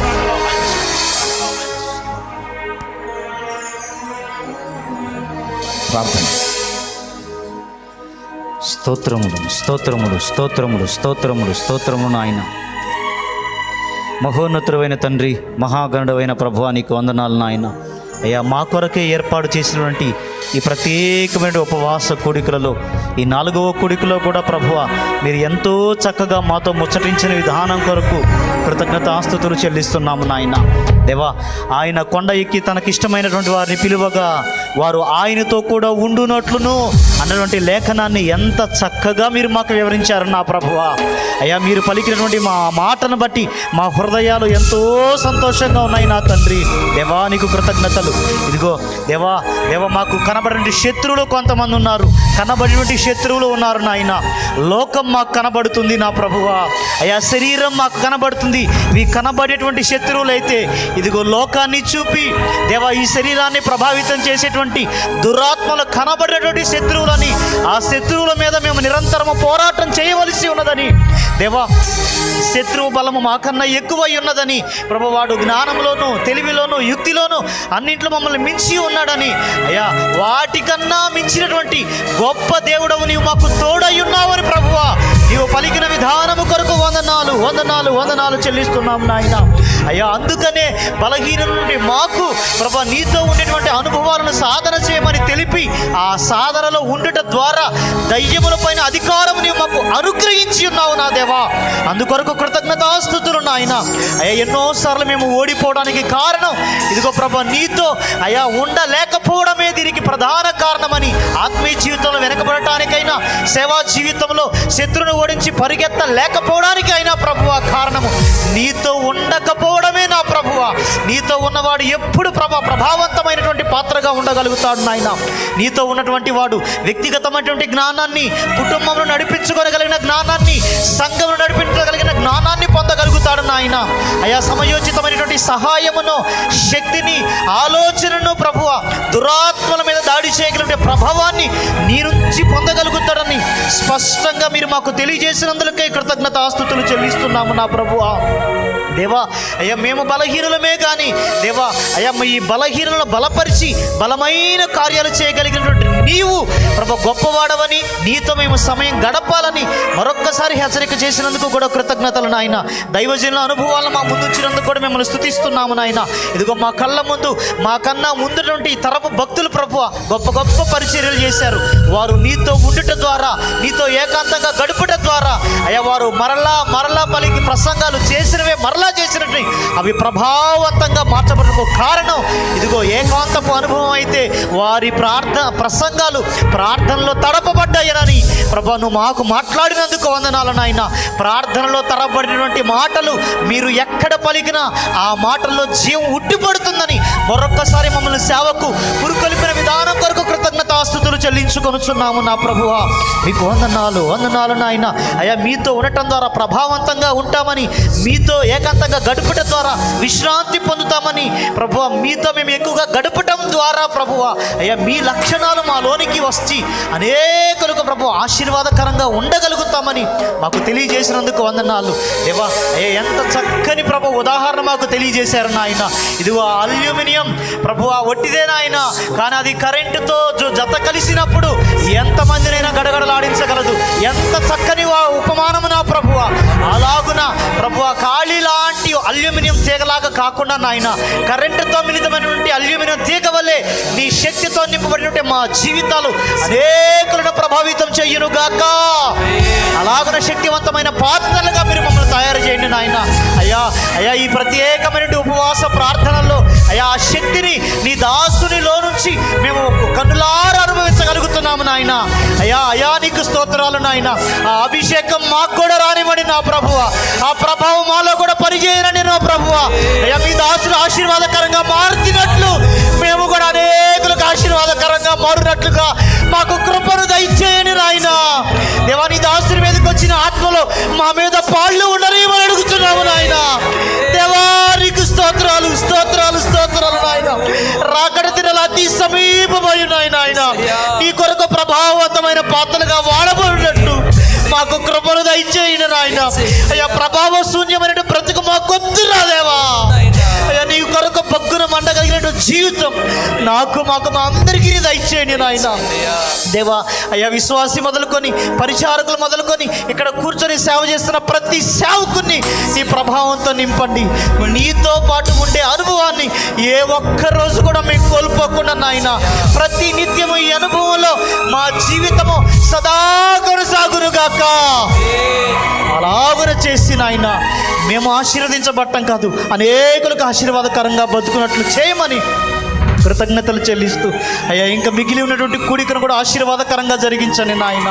అయ్యా రేపటి దినాన్న కూడా మీ దాసుల్ని ఇంకను శక్తితో నింపి ప్రభావవంతమైనటువంటి పాత్రగా మార్చమని మీ దాసుని గుండెలో నుండి ఆభారము మేము కూడా మోసుకొని అనేక ప్రాంతాలను ప్రభావితం చేయనట్లు కృపనివ్వమని కృతజ్ఞతలతో వందనాలతో యేసుక్రీస్తు సర్వశక్తి కలిగిన నామములో ప్రార్థన చేయించున్నాము తండ్రి. ఆమేన్. Praise the lord. అందరం కూడా పైకి లేచి నిలబడదాం. ఈరోజు చివరి ప్రార్థన చేసుకుని ఈరోజు కూటాన్ని ముగించుకుందాం. అందరూ కూడా పైకి లేచి నిలబడి, దైవజనుని ద్వారా చాలా అమూల్యమైన విషయాలు దేవుడు ఈ రాత్రి మనతో మాట్లాడాడు. రాత్రి కూడా ఓ ప్రభావంతో కూడిన మాటలు దేవుడు మనందరితో మాట్లాడాడు. ఈరోజు కూడా సేవకులకు, పరిచారకులకు, ప్రతి విశ్వాసికి కూడా అవసరమైన కీలకమైన మాటలు దేవుని ఆత్మ దైవజనుని వాడుకొని మనందరితో మాట్లాడాడు. ఏమండి, దేవుడు నాతో మాట్లాడాడు అన్నలో ఒకసారి చేయొద్దండి. దేవుడు నాతోనే మాట్లాడాడు బ్రదర్ ఈరోజు అన్నలో దేవునికి మహిమ కలుగునుగాక. ఈరోజు మనందరం ఈ మాటలు విన్నాం. కీలకమంతా కూడా దేవునితో మనం గడపడంలోనే ఉంది. అందుకే అన్ని శోధనల కంటే పెద్ద శోధన మనకి బాగా అర్థమయ్యేది కూడా అక్కడే. ఏ పని చేసినా మనకి అంత పోరాటం అనిపించదు, కానీ ప్రభువుతో ప్రార్థనలో గడపాలి, యేసయ్యతో గడుపుదామని ప్రార్థనలో కూర్చున్నామంటే సమస్త చీకటి శక్తులు ఎంతగా మన మీద దాడి చేస్తాయో మీ అందరికీ బాగా తెలుసు. అవునా కదా? వాస్తవం. కీలకం అంతా కూడా అందులోనే ఉంది, ప్రభుత్వం మనం గడపడం. ఈరోజు విన్నాం, ఈరోజు నుంచి ప్రారంభిద్దాం అనుకుంటాం, ఈ రాత్రి వెళ్తాం కదా, లేదు ఈరోజు ఖచ్చితంగా ప్రార్థనలో గడపాలి, ఒక గంటైనా దేవుడితో గడపాలని ఇంటికి వెళ్తామా? ఈరోజు లేట్ అయిపోయింది కదా, పనుకొని ఉదయాన్నే వేకునే లేచి ప్రభువుతో గడుపుదాం అనుకుంటాం. కొంచెం ఉదయాన్నే లెగవగానే ప్రార్థన ఉంది కదా, కోటం చూసుకొని వచ్చిన తర్వాత ప్రార్థనలో గడుపుదాం అనుకొని వస్తాం. మళ్ళీ ఉదయాన్నే కోటం అయిపోయిన తర్వాత 3 రోజులంతా దేవునితోనేగా ఉంది, కాస్త రెస్ట్ తీసుకొని ప్రార్థన చేద్దాం. ఏమండి, ఇలా వాయిదాలు పడుతూనే ఉంటాయి. ఎందుకు? అక్కడ అసలు కీలకమంతా కూడా ప్రభువుతో గడపడంలోనే ఉంది. మనము గనుక ప్రభువుతో గడిపితే ఈరోజు దైవజనుడు ఎన్ని విషయాలైతే చెప్పాడో ఆ కార్యాలన్నీ ఖచ్చితంగా మన జీవితంలో నెరవేర్చబడతాయి. ఆమేన్. గనుక మీరు పోరాటం అంతా దానిలోనే ఉంది గనుక ఖచ్చితంగా దృష్టి పెట్టాలి. ఆ విషయాల్లో పట్టుదలతో దేవునితో గడపాలి. ఉదయకాలం సాలమనన్న కూడా చెప్పాడు, ప్రభువుతో గడిపితే ఆ మాధుర్యము, ఆ ఆనందము, ఆ సంతోషమే వేరు. మనము గనుక ప్రభువుతో గడిపామనుకోండి, మీలో ఒంటరి అయిన వాడు 1000 మంది అగును, బలహీనుడు బలమైన జనాంగంగా మార్చబడతాడు. ఒకరోజు దైవజనుడు ప్రారంభంలో ఒక్కడే ఏకాంత ప్రార్థనకి ఒంటరిగా ప్రభువుతో గడిపాడు. చాలా సంవత్సరాలు సమాజానికి కూడా తెలియదు. ఏదో ఒక పిచ్చివాడిలాగా బైబిల్ తీసుకొని సైకిల్ మీద వెళ్ళొస్తూ ఉండేవాడు. ఒంటరి అయిపోయాడు. ఈరోజు బలమైన జనాంగంగా దేవుడు ఆయనను మార్చాడు. దేవునికి స్తోత్రం కలుగునుగాక. హల్లెలూయా. దేవునికి మహిమ కలుగు. నాతో దేవుడు మాట్లాడాడు, మాతో దేవుడు మాట్లాడాడు, మీతో కూడా మాట్లాడితే ఓ చిన్న మాట ప్రార్థన చేసుకొని ముగించుకుందాం. మహాపరిశుద్ధుడైన మా తండ్రి, ప్రేమ కలిగిన యేసయ్యా, నిజమే ప్రభువా, రక్షణ పొందిన ప్రారంభ దినాల్లో ఏ కొంచెం ఖాళీ దొరికినా నీతో గడిపే వాళ్ళం ప్రభువా. అర్ధరాత్రులు మెలకు వచ్చినా నా తండ్రితో గడపాలి అని నీతో దగ్గరగా కూర్చొని నీతో మాట్లాడేవాళ్ళం ప్రభువా. సంవత్సరాలు గడిచిపోయాయి. ఉన్న స్థానంలో నుంచి ఒక మెట్టు నువ్వు మమ్మల్ని ఎక్కించావు. సైతాను మమ్మల్ని మోసం చేశాడు తండ్రి. వాస్తవమే, ఈరోజు నువ్వు మాతో మాట్లాడిన మాట వాస్తవమే ప్రభువా. ఆ ప్రారంభంలో మేము నీతో గడిపినంతగా ఇప్పుడు గడపలేకపోతున్నాం. దయతో క్షమించు ప్రభువా, క్షమించు. మాకు అర్థమవుతుంది నీకు దూరమైనందున మేము ఎంత బలహీనపడ్డామో, నీకు దూరమైనందువల్ల మా ముఖంలో ఎంత వెలుగు పోయిందో మాకు అర్థమవుతుంది నాయన. మరలా నీ పాదాలు పట్టుకుంటున్నామయ్యా. మమ్మల్ని నువ్వు ఆకర్షించు నాయన. ఈ లోకం మమ్మల్ని ఆకర్షించకూడదు తండ్రి. లోక వ్యామోహాలు మమ్మల్ని ఆకర్షించకూడదు ప్రభువా. లోక ప్రేమలు మమ్మల్ని ఆకర్షించకూడదు తండ్రి. పరిశుద్ధాత్ముడా, ప్రారంభ దినాల్లో నువ్వు మమ్మల్ని ఆకర్షించినట్లుగా, పరమగీతంలో సంఘ వధువు అడుగుతున్నట్లుగా మేము అడుగుతున్నాం ప్రభువా. నువ్వు మమ్మల్ని ఆకర్షించు, నీ సన్నిధికి మమ్మల్ని ఆకర్షించు ప్రభువా. అటువంటి అభిషేకం మాకు దయచేయండి. దురాత్మ చీకటి శక్తుల మీద విజయము పొందేటువంటి శక్తిని మాకు దయచేయండి ఆయన. ఈ మాటలు విన్నాం, ఈరోజు ఈ మాటలు విన్నాం. మంచి నెలలో పడి ఫలించిన విత్తనాల వలె మా హృదయాలు మార్చబడాలి. ఈ రాత్రి నుండి ఒక మార్పు మాలో కలగాలి నాయన. ఈ రాత్రి మేము ప్రారంభించాలయ్యా నీతో గడపడం. ఈ రాత్రి నుండే మాలో ఒక నూతన కార్యము జరగాలి ప్రభువా. మా భక్తి జీవితంలో ఓ మార్పు కలగాలి నాయన. విన్న మాటలు ఇటు విని అటు వదిలేసే వాళ్ళుగా మేము ఉండకూడదు తండ్రి. చాలా మాటలు విన్నాం, రోజు తెల్లారేసరికి బలహీన పడిపోయి యథాస్థితికి వచ్చేసాం ప్రభా. ఈ మాటలైతే మేము విడిచిపెట్టకూడదు. ఈ ఉపవాస ప్రార్థనలో మీరు మాట్లాడిన మాటలైతే పక్కన పెట్టకూడదు. ప్రాణప్రదంగా తీసుకుని అడుగులు ముందుకు వేయాలి. అనేకులకు దీవెనకరంగా మేము మార్చబడేట్టుగా కృపద ఇచ్చేయమని, ఇక్కడున్న ప్రతి ఒక్కరిని ఆత్మచేత నింపి నీతో గడిపేటువంటి అనుభవాలు అందరికీ దయచేయమని యేసునామములో అడిగి ప్రార్థించి వేడుకుంటున్నాం తండ్రి. ప్రభా, రేపు జరగబోయే కూటాన్ని కూడా ఆశీర్వాదకరంగా జరిగించు. అనేక వేల మంది ప్రజలను మీరు నడిపించు ప్రభా. ఎలాంటి ఆటంకాలు అవరోధాలు లేకుండా మీరు నామానికి మహిమకరంగా జరిగించు. మీ దాసుని కూడా మంచి ఆరోగ్యాన్ని, శక్తిని, బలాన్ని కలుగ చేయమని యేసునామములో అడిగి ప్రార్థించి వేడుకుంటున్నాం తండ్రి. ఆమేన్, ఆమేన్. మంచిది పిల్లారా, ఈరోజు ప్రార్థన ముగించబడింది. రేపటి పగటి కూటంతో కూటాలు ముగించబడితే కనుక ఇంకా అనేకులకు తెలియజేయండి. మీ స్నేహితులకు, బంధుమిత్రులను వాళ్ళు కూడా తీసుకురండి. మీ ప్రాంతంలో ఎవరైనా ఆత్మీయంగా బలహీన పడిపోయిన వాళ్ళు ఉంటే వాళ్ళతో కూడా చెప్పండి, ఉపవాస ప్రార్థనలు జరుగుతున్నాయి, నువ్వు కూడా వచ్చి మరలా తిరిగి బలపరచబడతావు, సరిచేయబడతావని అనేకులకు చెప్పండి, అనేకులకు తెలియజేయండి. రేపు పెందల కన్నే వచ్చేసేయండి, ఎందుకంటే రేపు భోజన ఏర్పాటు కూడా లేదు కాబట్టి సాధ్యమైనంత తొందరగా కూటం ముగించబడుతుంది. ప్రారంభించబడటం కూడా తొందరగానే ప్రారంభిస్తాం. 10 గంటలకల్లా ప్రార్థన ప్రారంభించబడటం జరుగుతుంది కాబట్టి ఆలస్యం చేయొద్దు, త్వరగా వచ్చేసేయండి, త్వరగా ముగించుకుని మనం వెళ్ళిపోయిందాం. దేవుడు మనందరికీ తోడై ఉండునుగాక. ఆమేన్. మీ చేతుల్లో ఉన్న నూనె ఏమన్నా తెచ్చుకుంటే ఎత్తి పట్టుకోండి. మీ కొరకు చివరిగా ప్రార్థన చేస్తా. ప్రయాణాల్లో వెళ్తున్న వారి కొరకు కూడా చిన్న మాట ప్రార్థన చేస్తాం. మహాపరిశుద్ధుడైన మా తండ్రి, ప్రేమ కలిగిన దేవా, నీ బిడ్డల చేతుల్లో ఉన్న నూనెను జ్ఞాపకం చేసుకో ప్రభా. ఆ నూనెను నీ శక్తి చేత నింపునైనా వినియోగిస్తున్నప్పుడు గొప్ప కార్యాలు జరిగించు, నీ బలాన్ని ప్రసాదించమని ప్రార్థన చేస్తున్నాం. అలాగనే నీ సన్నిధిలో బలహీనులుగా ఉన్న ప్రతి ఒక్కరిని నీ గాయపడిన హస్తముతో తాకండి, వారి బలహీనతలు ముట్టి స్వస్థపరచండి, మంచి ఆరోగ్యాన్ని కలుగజేయండి. ప్రతి విధమైన శోధనలు, ఆటంకాలు, అవరోధాలు యేసు నామములో తొలగిపోవునుగాక. యేసు నామములో విడుదల కలుగునుగాక. ప్రభా, నీ బిడ్డలు బయలుదేరి వెళ్తుండగా వారి మార్గాల్లో తోడుగా ఉండండి.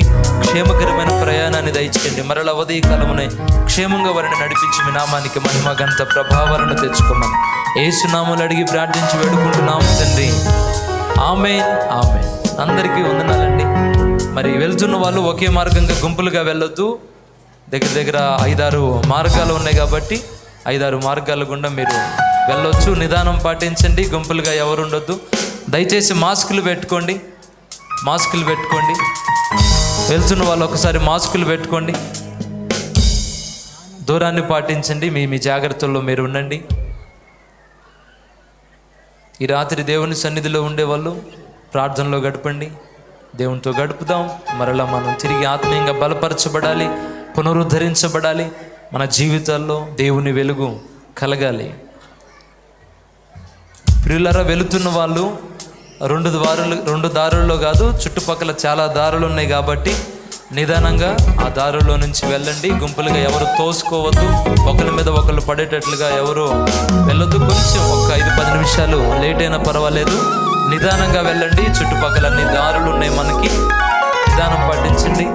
మాస్క్ లేకుండా ఎవరు ఉండొద్దు. దయచేసి మీరు మాస్క్ తెచ్చుకుంటే మాస్కులు పెట్టుకోండి. మీ జాగ్రత్తల్లో మీరు ఉండండి. రేపటి కూటాన్ని కూడా దేవుడు తన నామానికి మహిమకరంగా జరిగించేలాగిన ప్రార్థన చేయండి. అలాగనే లైవ్లో ఉన్న వాళ్ళకి మరొకసారి ప్రేమపూర్వకమైన వందనాలు. జూమ్ యాప్ ద్వారా ఈ ప్రార్థనలో పాల్గొన్న వారికి కూడా ప్రభునామంలో ప్రేమ వందనాలు తెలియజేస్తున్నాం. మీరు కూడా ఈ రాత్రి దేవునితో గడపండి, ప్రభుకి ప్రార్థన చేయండి, ఆయనతో పాటు సహవాసం చేయండి. రేపటి దినాన ప్రార్థన జరుగుతుంది పెందల కాడనే కనుక మీరు కూడా లైవ్లోనికి వచ్చేసేయండి. ఇంకా అనేకులకు షేర్ చేయండి, అనేకులకు తెలియజేయండి. చివరి ప్రార్థన చివరి కూటంతో ముగించబడుతుంది, పగటి కూటంతో అనేకులకు తెలియచేయండి. అందరికీ వందనాలు, శుభాలు, దైవాశీస్సులు. Praise the lord. దయచేసి గమనించడమ్మా, జాగ్రత్తగా మరి కూడిక అయిపోయింది కనుక జాగ్రత్తగా వెళ్ళండి. అక్కడ గుంపులుగా వెళ్ళొద్దు. ఆటోలో వెళ్ళేవాళ్ళు చాలా జాగ్రత్తగా వెళ్ళండి అమ్మా. వాహనాలు చూసుకుంటూ నడిపేవాళ్ళు, 2 వీలర్ మీద వెళ్ళేవాళ్ళు కానివ్వండి, ఆటోలో వెళ్ళేవాళ్ళు కానివ్వండి, జాగ్రత్తగా మీ యొక్క గమ్యస్థానానికి చేరుకోండి. ఈ రాత్రి సమయంలో ఇక్కడ ఉండేవారు దయచేసి గమనించండి, ఇక్కడ ఉండేవారు మీ యొక్క సెల్ ఫోన్లు కానివ్వండి,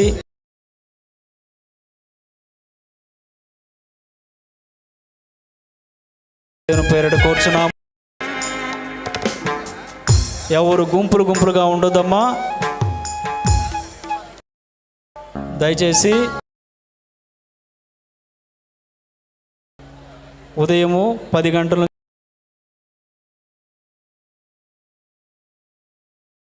ప్రత్యేక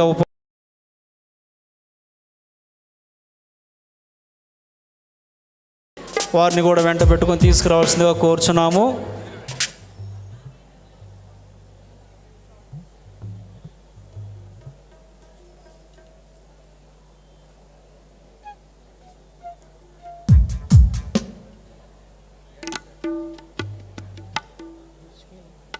బాప్తిస్మానికి ఎవరైనా సిద్ధపడినటువంటి వారు ఉంటే ఈ రాత్రి ప్రభువుతో ప్రార్థనలో గడపండి, సిద్ధపడండి.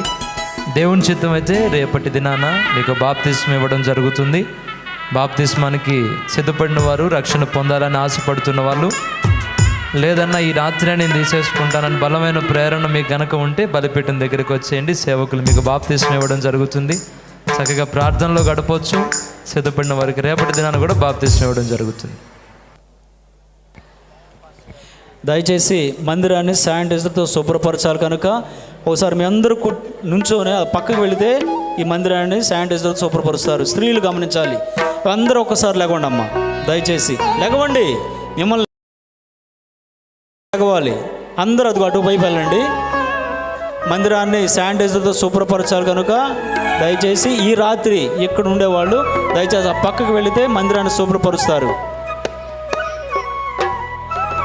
శానిటైజర్తో శుభ్రపరుస్తారు. దయచేసి గమనించండి. స్త్రీలు దయచేసి వెళ్ళండమ్మా, లెగవండి అమ్మా. మా పరిచారకులు శానిటైజర్తో రెడీగా ఉన్నారు. మాకు సహకరించాలి. దయచేసి గమనించండి. మనం కరోనా నిబంధనలు పాటిద్దాము. ప్రతి ఒక్కరూ మాస్క్ ధరించండి. మీరు కూడా లెగవాలి అందరూ. స్త్రీలు గమనించాలి ముఖ్యంగా. దయచేసి మందిరాన్ని శుభ్రపరచాలి కనుక లేచి ఆ పక్కకు వెళ్ళండి.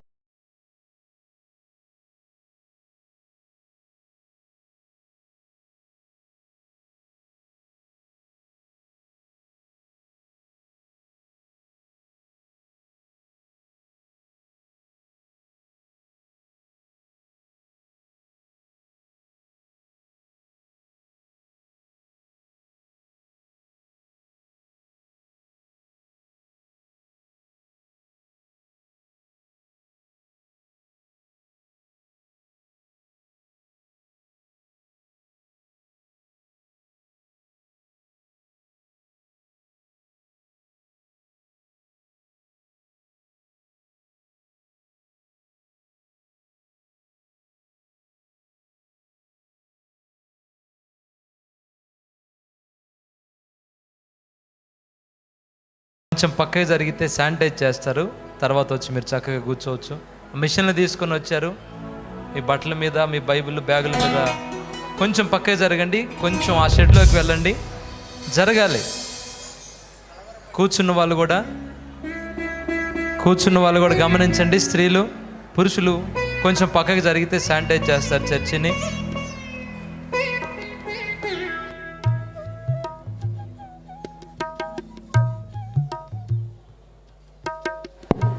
Praise the lord.